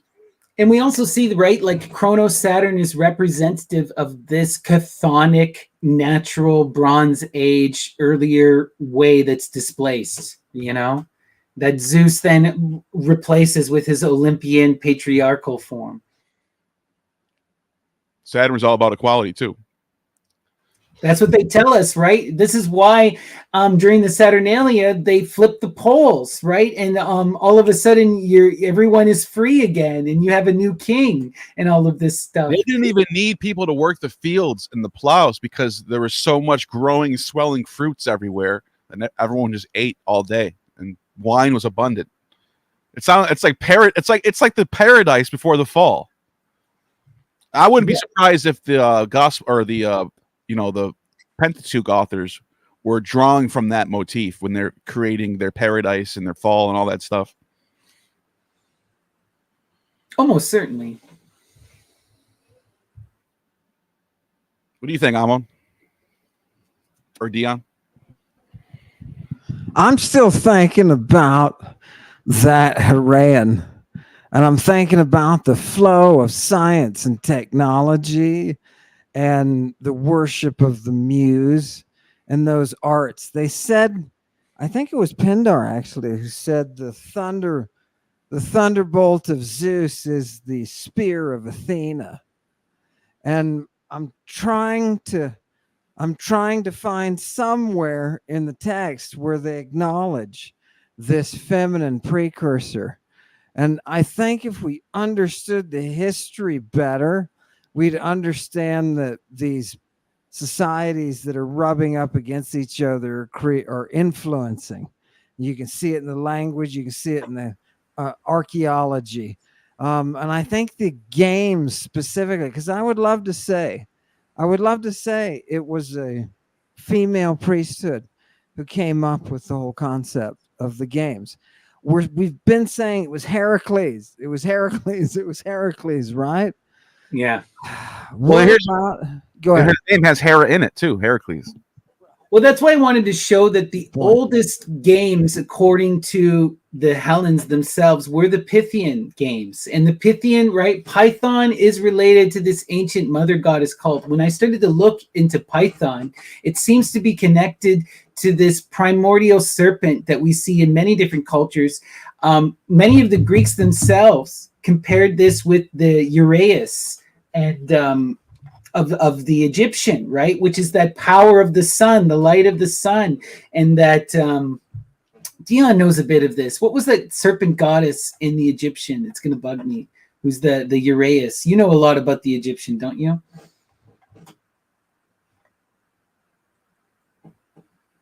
Dion? Oh, there you go. So you were talking about, what's the Wajet? I think is the snake goddess. Thank you. I couldn't remember the name. Wajet is the name, but that is Python in the Egyptian, and she seems to be primordial, related again to this flow of the Nile and this outpouring of this of nature and the unfolding of creation, generation, and of course all of the drugs. You know, And a lot of the myths in the Egyptian one, real quick, is based off killing snakes. Apop and Heru or Horus, and they're killing snakes on the boat. That's a big part of their myth, but go for it. Why is it that all of those oracles that Heracles bumps up against, why is he always killing the python, right? Why is he always killing that source of the poison that he inherits? Have you noticed that? This religion of Heracles is going around getting drugs. They're getting drugs. Now, Euripides was well aware of this when he wrote the Heracles, because Heracles says twice in the play, he says, you know, I've been where I just was. I was in hell, right? I'm back, and I'm going to go back there. He says that twice. It's very strange lines. But his fury that he's there to save his wife and his children, but he enters into a state of mania driven by Lyssa, who is that insanity that all of the medical texts are talking about how to cure. Heracles suddenly is there to save his family, and what does he do? He kills them all. He kills his wife with his kid. He's got a little kid. Well, he's got a whole bunch of kids, right? And he's shooting them all, hunting them down, because he is in a state of possession. He's in a state of possession. And all of this is coming to you thanks to his own arrows. It's amazing. It always goes back in the myth. It always goes right back to his arrows. What does he do? He kills the Hydra and he uses the poison. What does he do? He kills the Python and he uses the poison, right? He's always like, this is not a native Greek thing. This, you know how there are wolves and there are dragons. Or if you wanted to put it another way, there are werewolves and there are vampires. These two systems have been governing the mystery from the beginning, right? And competing cults. Right, exactly. And you can see when one takes power, what happens? It's all the oracles all of a sudden light up. They were using those oracles to control civilization and the planting of society here and there and here and there.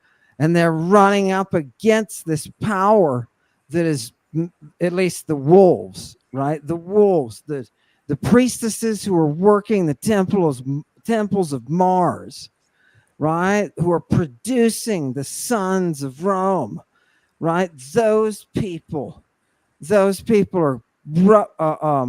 are those wolves are running right up against the cult that is descendant from the teeth of the serpent.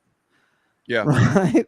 And Check you this out. can see it. You can see them engage with each other over time. It's gorgeous. I love Oh, it. it's so true too. You're talking about something that still is reflected in modern film and books and novels and all this stuff. It's like in our DNA to want to bring out the werewolves and the vampires in the way we tell stories. It's mind-blowing. It's something magical about it. But check this out. This is from the first dynasty. First dynasty. I'm not kidding. It's in the Egyptian Book of the Dead, which is in the museum right now, in British Museum, number 10,477, sheet 11. Anyone can look this up. I'm not making this up. This is straight up. This god was called Satanu. Satanu. I'm not kidding. That's the name of it. It's a serpent. It's not the god of like evil. It's the god of immortality and being born again, because that's what the serpent brings, immortality. And it says, "I am." This is what the Egyptian Book of the Dead actually says. I am the serpent Sata. Or it's up here. It says, the Chancellor in Chief Nu, triumphant. So it's Sata Nu. I am the serpent Sata, whose years are many. I die and I'm born again each day. I am the serpent Sata, which dwelleth in the uttermost parts of the earth. I die and I'm born again, and I renew myself, and I grow young each day. That's crazy. That's Satan. That is amazing. That is so amazing. And it's also Dionysus, the dying and rising god, right? We're getting into all this. And there was some stuff I was reading that was really interesting that posits that some of this games too is represented in the Dionysian mythology, right? There's this whole thing with Zagreus where you have to fool Zagreus with the spinning top. And then there's all this stuff where they continue to fool him with the games. And every incarnation, he has to be fooled again to lose his throne so that he doesn't displace Zeus. How does Zeus keep in charge is that he doesn't allow that energy to dethrone him. And he does it through this magical energy of making you look one way, distracting you. Look at the shiny spinning top. Look at that strophalon. Don't pay attention over here. Don't take in multiple perspectives. Don't use fucking reason. Just look straight ahead at the thing on the wall and be amused. What do you think about the sacrifice and the eating, the consumption of the god, the eating of that flesh? What do you think about that? Why is that in this whole cult? Well, I mean, I know we just talked about wolves and vampires, but you know, eating of flesh and drinking of blood, does that work in somehow? Yeah, that was part of it. And it was Ovid, Plutarch, and Plato and Pausanias talked about these Lycaean rituals at Mount Lycos, Zeus Lycos, involved imbibing the prey like a wolf would. Cannibalism. Even so that the main altar there, they found a young boy in the middle of the main altar. Once they dug it up, it opened it up right inside of it. And another thing at Mount Olympia, was a pile of bones, a big giant pile of bones. It's famous to this day. The altar's high, where they would sacrifice oxen and stuff. Now, one question I have is, why is that Shivic, Dionysic, Bacchic guy on the plate at the Olympics blue? Is he blue or gray? Well, in the Indian, Shiva has a blue neck that comes about from ingesting poison. That then the poison is removed through the process of lovemaking with the goddess Parvati, and then she somehow is able to suck the poison out of his neck, and then they spit this antidote that they've transmuted the poison through their lovemaking into something that's pure. They spit this into the amrit, the churning of the ocean of the milk, to make the elixir of immortality. And that's what's happening on the Indian side. So I don't know how deep the writers of the Olympic play were in deep knowledge of like esotericism, Dionysian religion, but if they were kind of knowledgeable, they would understand that the Osirian aspect of Dionysus, which is he's the god. He's not just a grape god or a vine god. He's a moisture god. He's the god of swelling fruits in general, of moisture, of the rain and the growing of crops. That's why Osiris is depicted as a blue god. Osiris is always blue. So and Ptah, also Ptah. It might have something bright blue as well. Yeah. That's my guess. Is that they might have read some Plutarch and read some Herodotus. Also, color theory, Pythagorean color theory. What is the last color on the rainbow? The final color is blue. They don't even have a word for it. Really, and they have compound words for it. But it's this idea that coming to the final point at the end of the cycle, you would get to that blue of Dionysus. So it's interesting to speculate on. But we got to remember that a lot of these rites are about reaffirming and confronting the natural world, confronting Pan, right? Why is Pan the all and why is Pan fear? Because he represents the terror and potentiality and raw chaos of nature. And in these rites, you have to confront that suffering, that chaos, that randomness, that violence. And it's also a recreation of what happens to Dionysus himself in his titanic form. He is ripped apart and consumed, right? And then later on, also as Phanes, he rips himself apart in order to pursue Eros so he can make love to himself, so he can chase after his twin sister. And that's that initial incest rite we see with Lucifer and Diana, the root of all this insanity. Is it not, Ammon? That's why I'm always shocked that people don't get it, who it is in the apocalypse that is the dragon who is consuming its own child, or I slipped there. The dragon that consumes the child of she who holds the stars, right? And sits above the moon. Why isn't he sitting there waiting to what? To eat it, right? Don't you understand?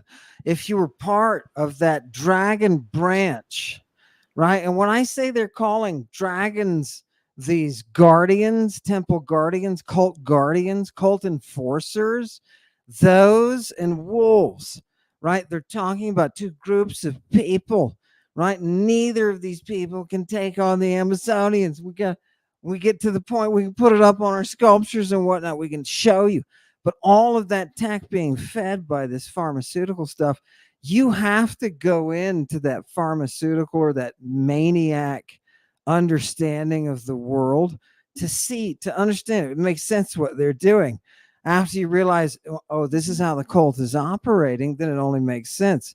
And you're going to get different moods within these cults, whether they're lycanthropic or whether they are descendants of the, isn't that weird? That's how they call it. The descendants of the tooth of the dragon, right? That must be gorgeous. You know what I'd love to see? I'll just say this.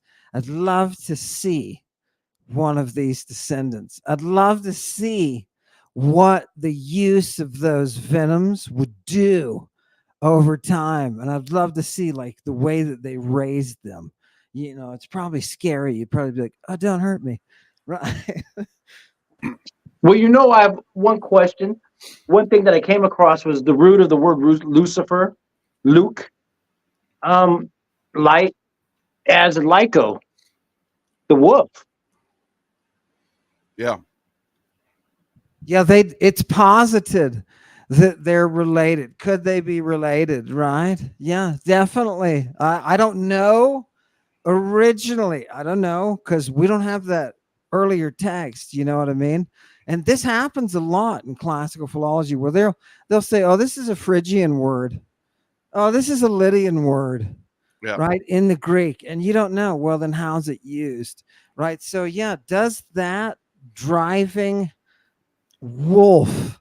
Who is that? You got to admit there's a connection there to Apollo, and with a connection there to Apollo and the light and whatnot, you're going to think, is this another form of a priesthood that was meant to protect these oracles? Oh my God! I just thought of something. You're driving it. The dragon in Revelation calls himself Apollyon.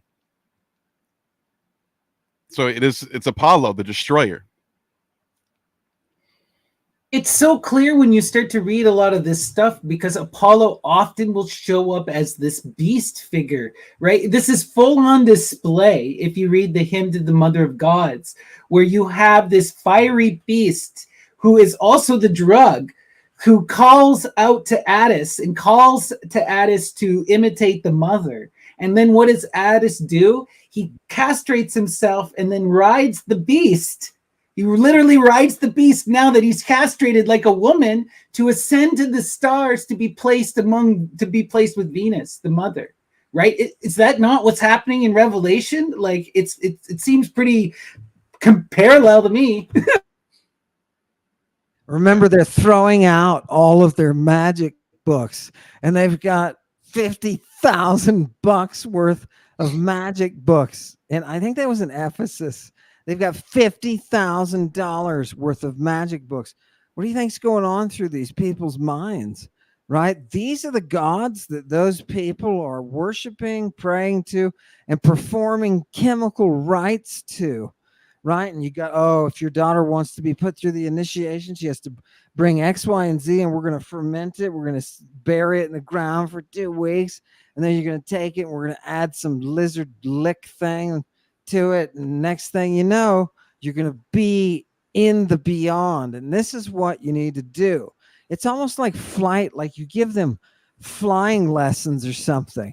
I swear, Snappy, whenever they talk about witches, the good ones, the Thessalian ones, being able to fly, I know that that's got to be something not like what we're thinking Superman does. No, notice that it's always turning into birds, Ammon. Aren't they? Yeah. Because in both, okay, so I checked out.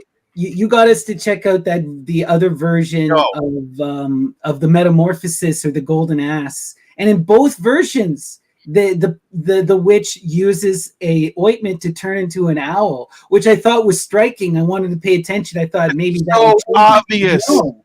I just looked it up. It's so obvious, the connection between light and wolf, the moonlight. That's what it is. And this is actually, I just looked it up too. It says in lycoris is a Greek word meaning twilight, related to lyco, meaning wolf, because the wolves come out at twilight. Yeah, I remember that in the thing. That's when they come out, and that's when it's time to get out of the forest. So the ancients connected twilight, which is where you get the word light, lux, with wolves, Lyconia. Twilight. That's crazy. And so what are we doing? The whole idea of werewolves at midnight at the full moon, that's ancient Greek, baby. That's not even modern. And what are we doing there? Right? Like we're doing something heralding dawn somehow. We're performing in that, very Luciferian period. Dawn bringers. We're bringers of dawn. Yeah, isn't that gorgeous? Oh God! I'm so glad. It's no wonder that the Nazis grabbed onto that and talked about the Great Black Wolf and how she is involved in the cult with the moon. It's no wonder they did that. They understood that. What's so funny to me, Ammon, is I've been thinking a lot about these tyrants in general, and this idea of ascending the throne and becoming that monist deity. And then I'm just thinking about Trump, and I'm like, Trump, if he's really going to go forward with this, he's going to have to do what Aten and Heliogabalus did. Is he going to cut off his dick and embody the feminine? Like, is this really what you freaking want? If you're going to be that monist uniter of culture, that single person that represents God on earth, that's the next step. You got to unite the feminine now into you. Otherwise, it's going to explode in fiery rage. We've seen that cycle repeat again and again. Pull up that source right there. Pull up that source right there. I just want to read it real quick. Lycoris is a Greek word that means twilight, related to lyco, wolf. In Greek mythology, Lycoris was a nymph who captivated the sun god Apollo, who named her after her enchanting radiance that shone at the boundary. Get it? The boundary between night and day, which is dawn. That's crazy. Beautiful. It was so clear. I don't know how we weren't thinking about that. It's so clear. When the Christians get up and go out and celebrate at this very time, they're doing it for these reasons. It's an integral part of the mystery. You can tag that mystery by saying what do they call the performers? What kind of people are? Oh, they were the night dancers. They were the dawn bringers, right? It's amazing how prevalent that is within the expression of the mystery. There's something special about that. The first time Christians are mentioned in Roman sources, Pliny was it Suetonius or Pliny the Younger? Yes, like around 112. Very early on. This is like no one knows who Christians are at that point in time, especially Romans. Maybe some Greeks do, but Romans don't. And so Pliny the Younger confronts these people. He finds them. And what are they doing? They're getting up at dawn and singing hymns to Christ as a god at dawn. Why at dawn? Well, Revelation tells us because he's the morning star. Right. And then if we look at the other defining feature that sets the Christians apart, it was the act of baptism and the rite of baptism.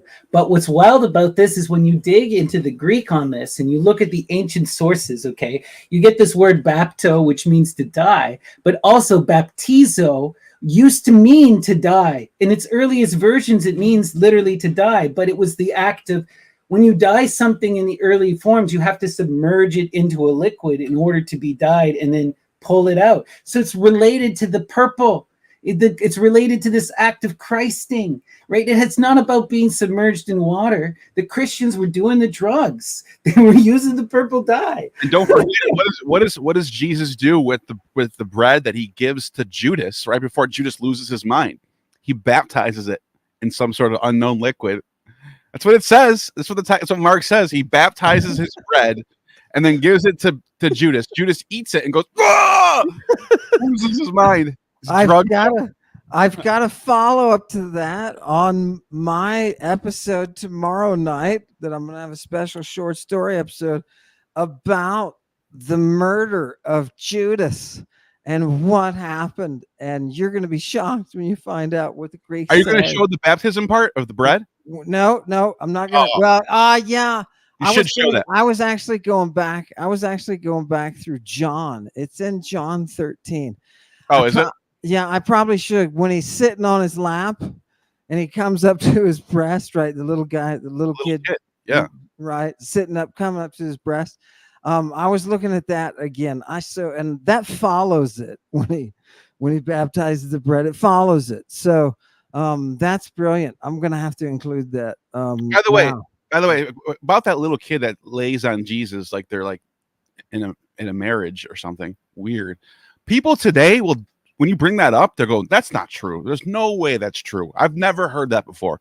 And I'm like, this has never been a secret, ever. Look at all the Renaissance paintings. Look at all the depictions of the Jesus in the Middle Ages. He's got little John hanging on his lap like this.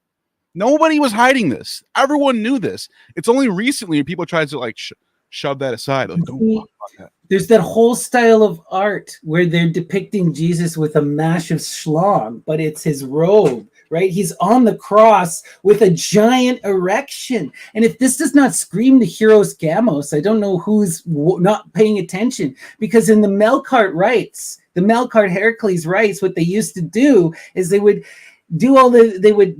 strip him down, shave off all the hair of his body, make these cuts, then apply an ointment, wrap him up with the mummy. The ointment would cause him to get an erection. Then the priestess would ride him, and at orgasm, he'd wake up from his coma, and he would have come back from the underworld if he woke up. If he didn't, then he died and he wasn't fit to be king.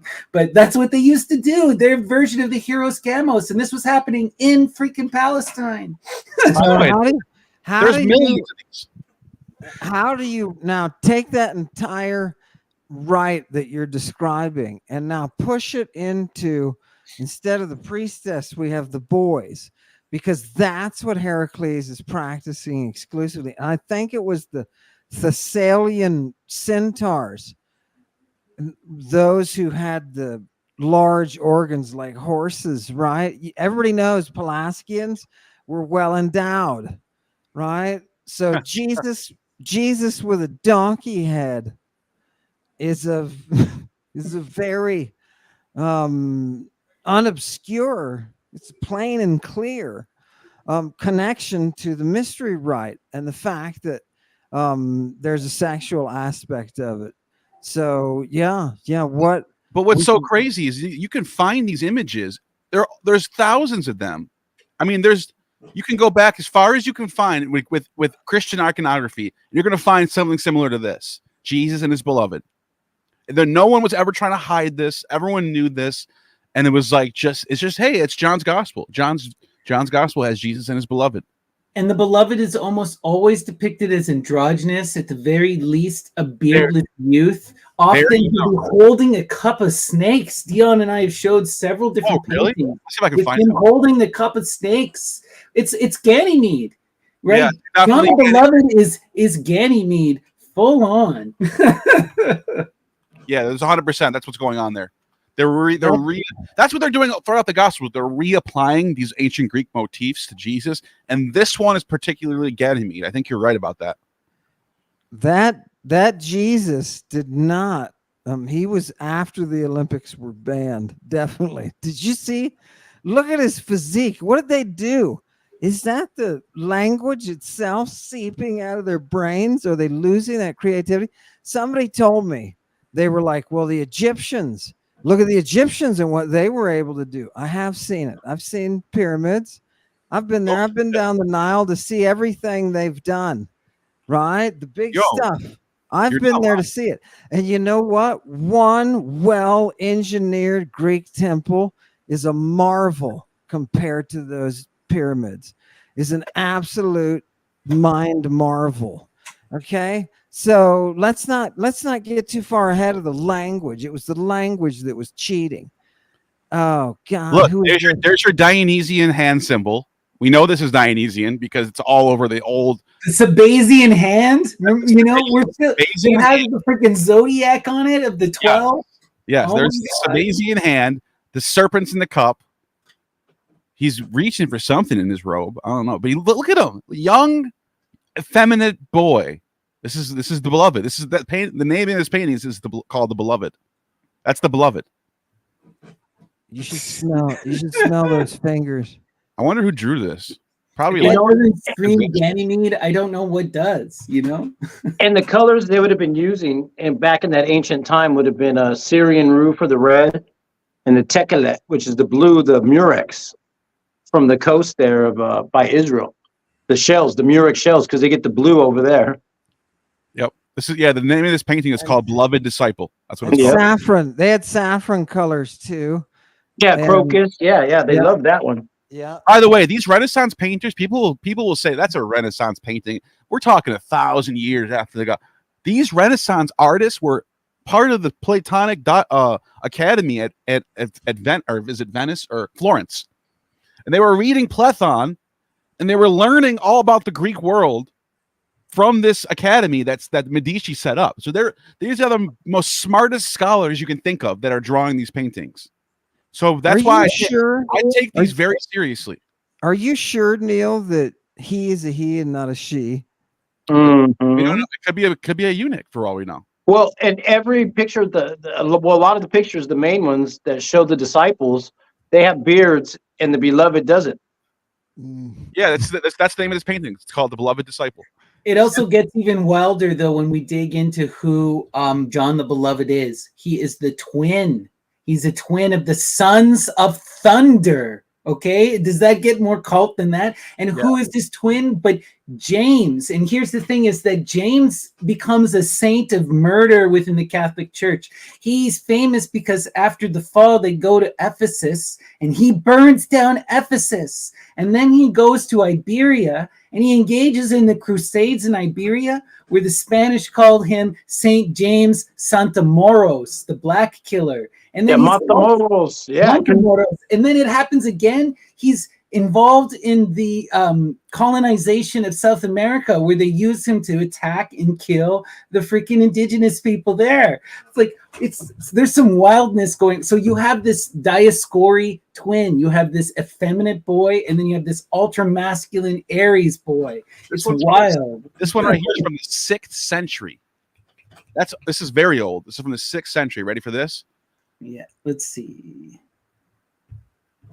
You can see they all have beards, except for this guy.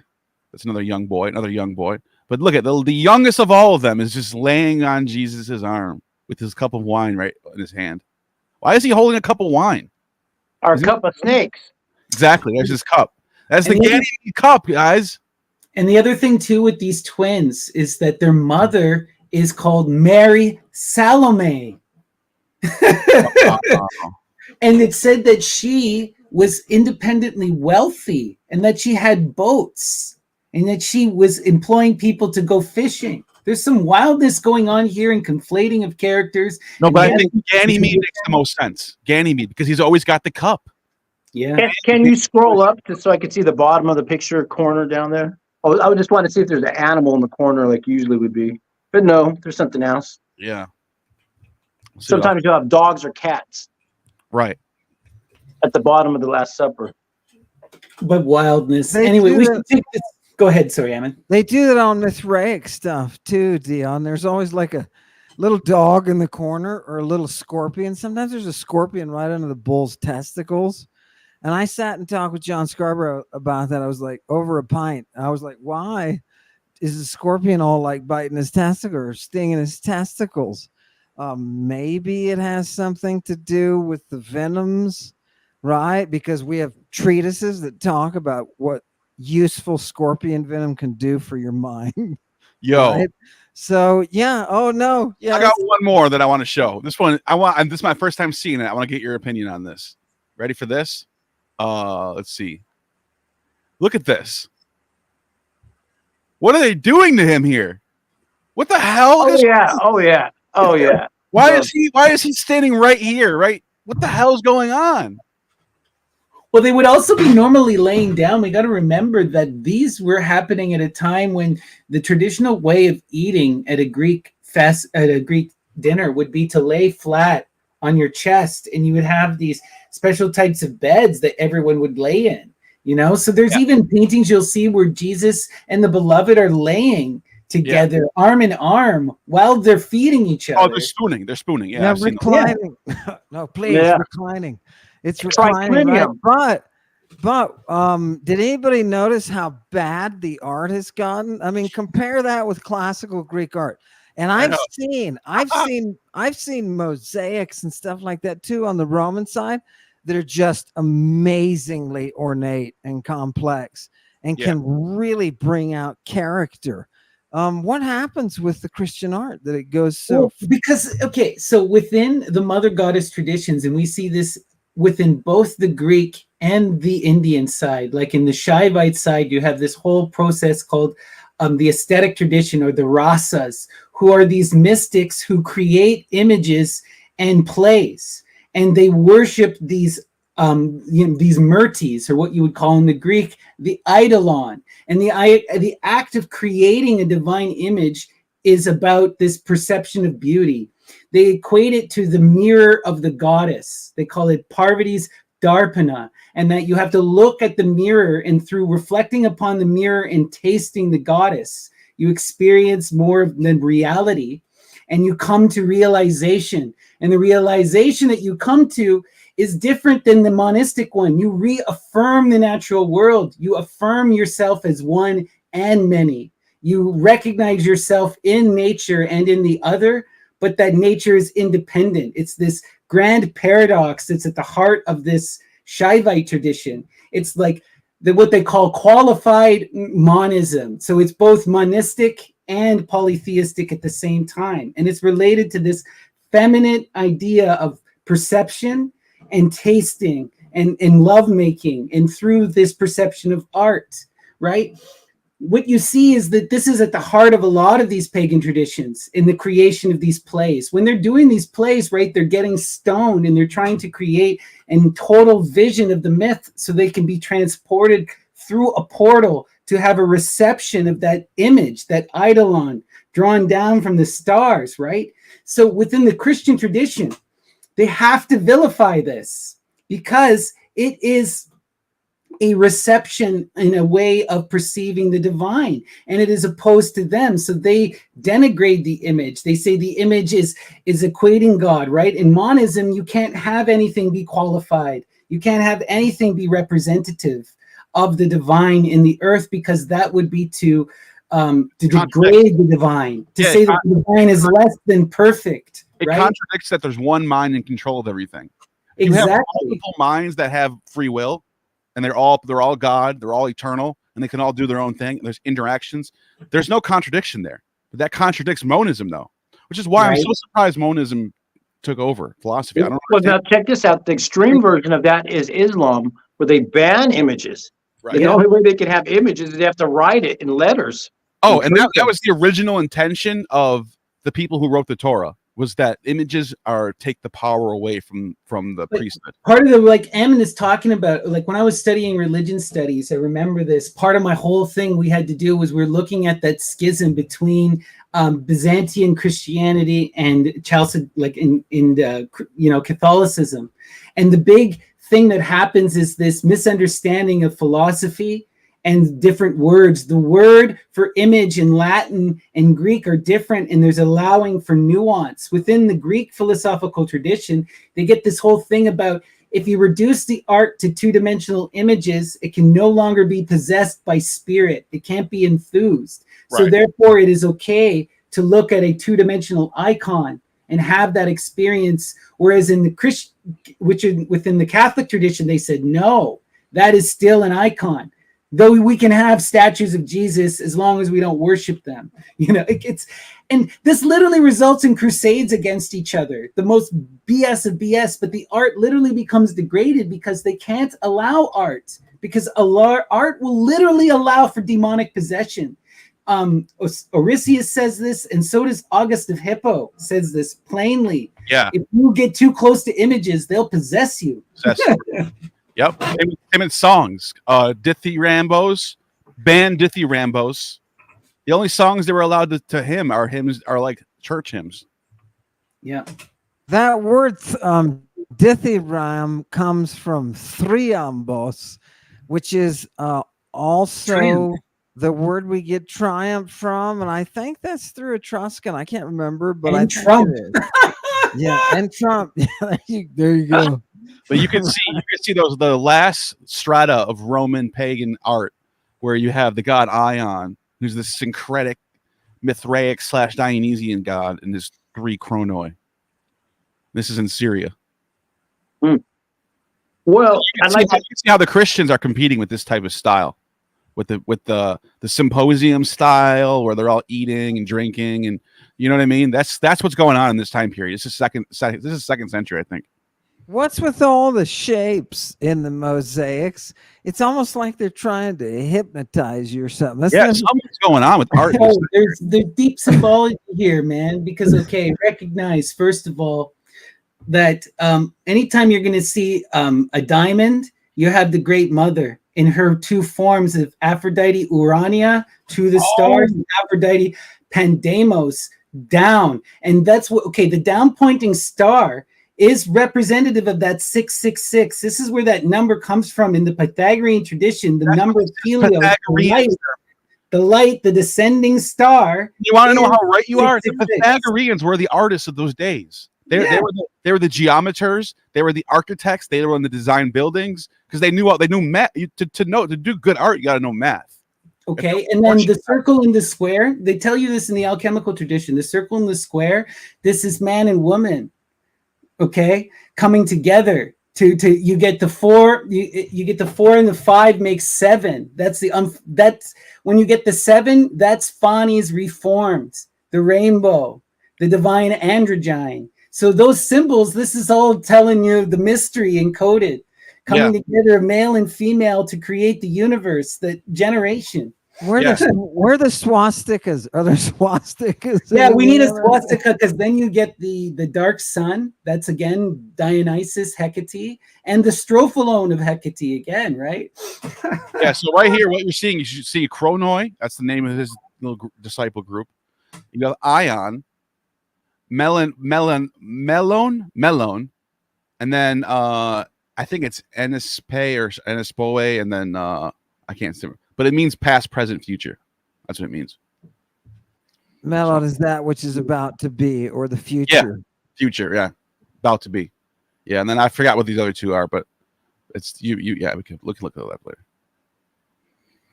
Wild.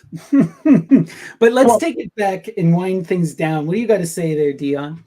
Oh, I was going to tell people to like, subscribe, share.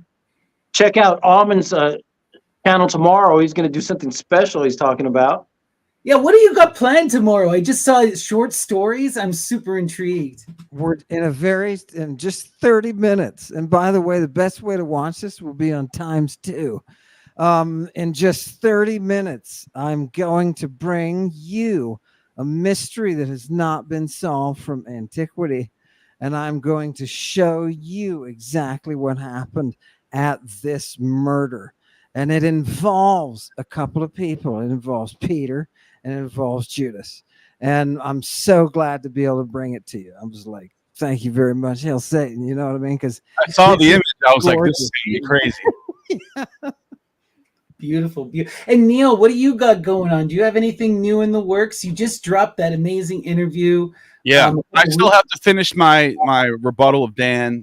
I know I've been saying I was dropping it. I'll tell you my excuse.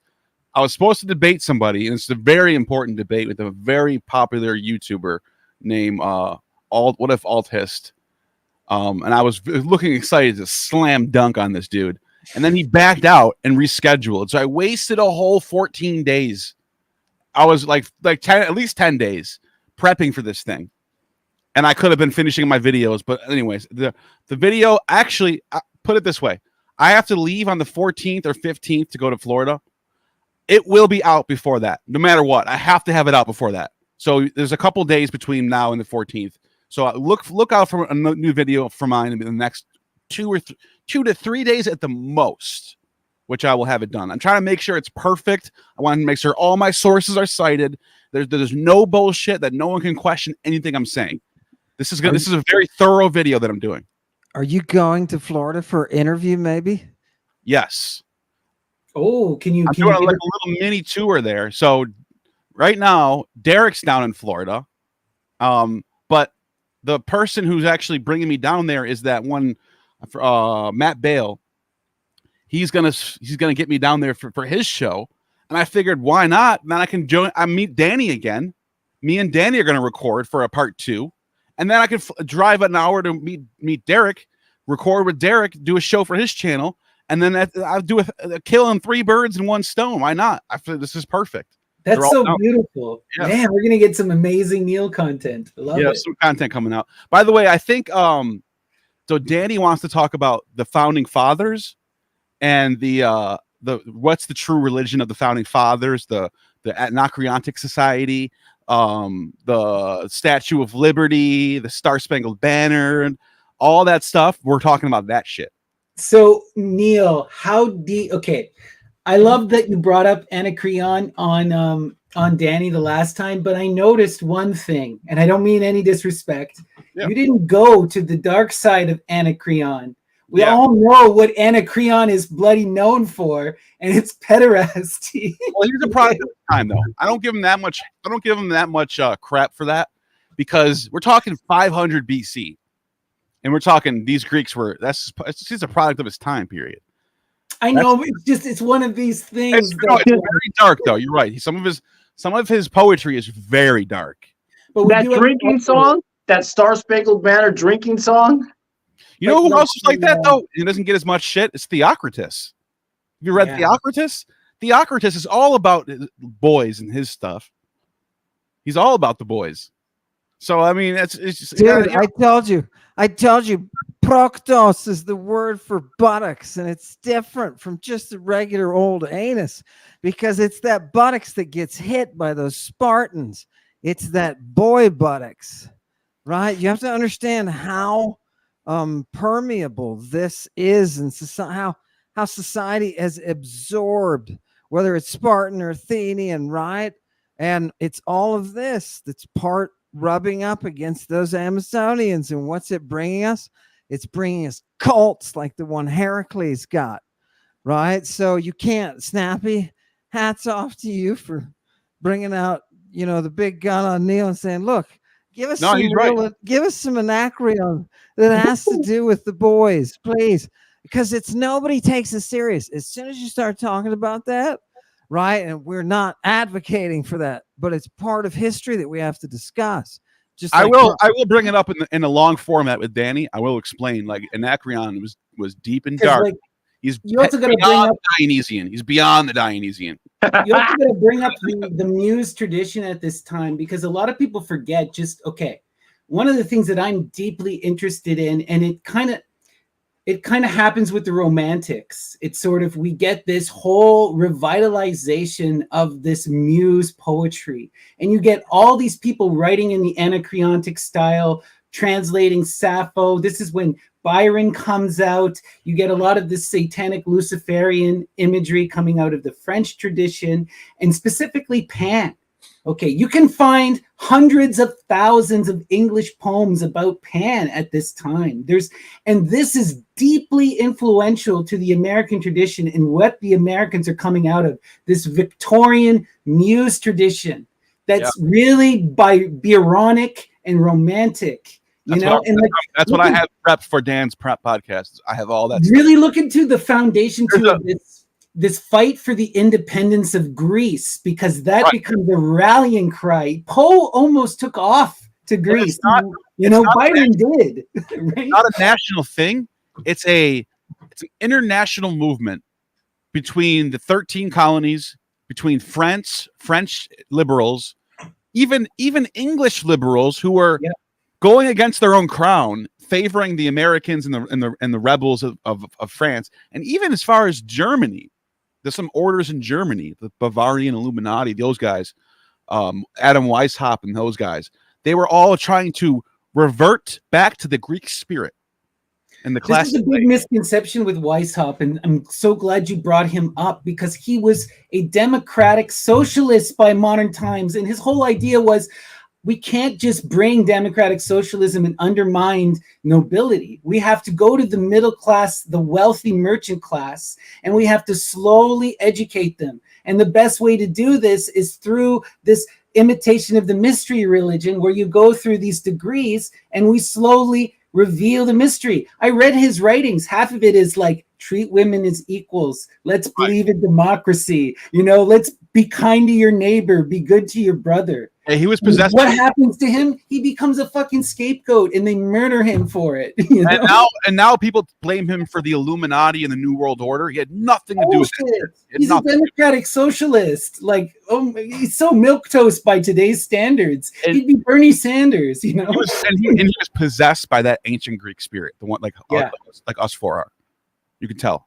Oh, absolutely. Absolutely. Right. And Masons are coming from the same kind of fire. So are the Rosicrucians. You see, right. We have to remember that a lot of these mystery cults, the revival of them at that time, comes from people like Platon, like you mentioned, in the Medici school, this revitalization of the Greek and this poetic language. And what they did is they hid it within high academia, right? Because what we were seeing at this time is you have this emergent, rich middle class that is ultra educated.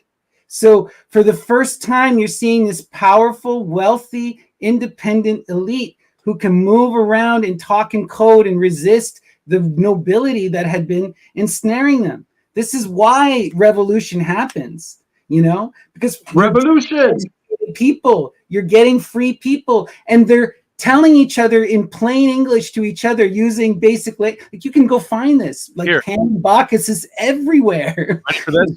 So before you guys continue, everybody, I have to say goodbye. All right. Previous engagement. Only down in the second year. Sorry to rant. But I had a lot of fun today, and keep playing that game. If life's a game, keep playing that game. Yep. Much love, Dion. We'll see you soon. Take care. this is what's written about him after his death, obviously. And its Weishaupt character and intentions have been variously obsessed. Some took a negative view. So says this weird guy. I don't know who that is.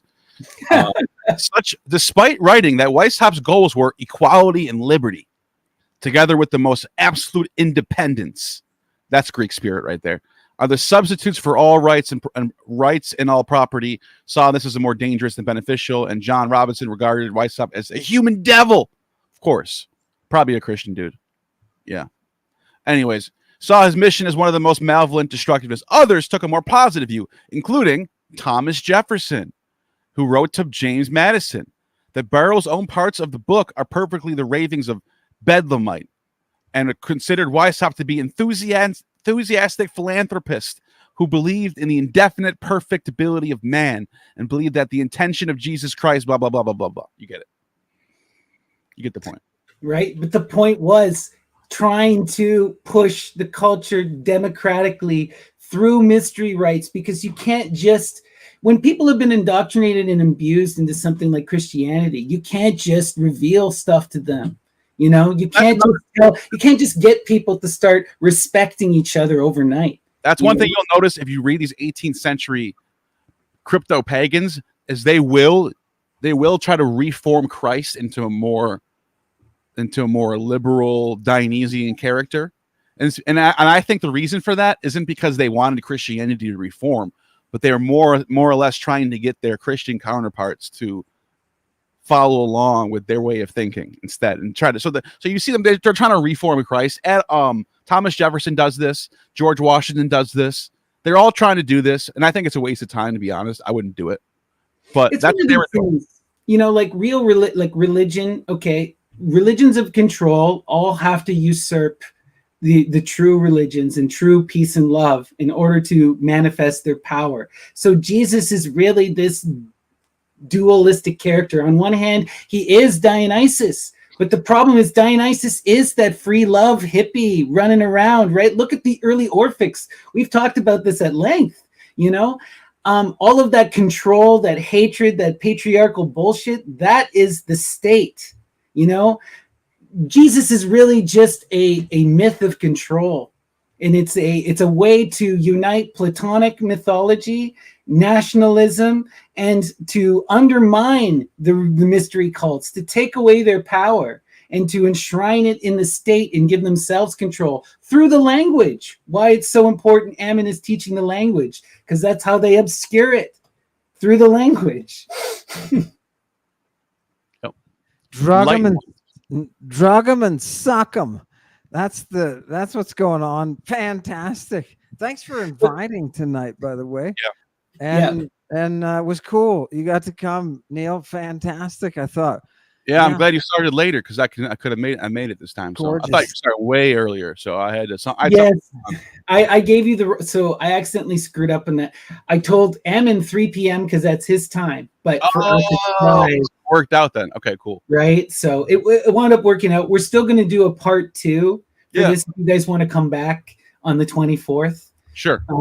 Tell Dion he did a fantastic job on his presentation. I was really impressed, and I was sitting there like, oh God, look at how well prepared they are. So, nice job. We want to go a lot more deep into the mystery cult aspect of it, in the games and the marriage as a game, right? This whole idea of the marriage of Persephone, and these marriage rites and these game rites and the establishment of kings seem to be all about this. And we'll get into this deep next time, but it's going to be fun. All right, guys. Thank you so much, everyone. Please subscribe to Ammon and Neil. They both have big things on the way. And thank you all for joining us. So hail Satan. Take care, everyone. Hail Satan. Hail Satan.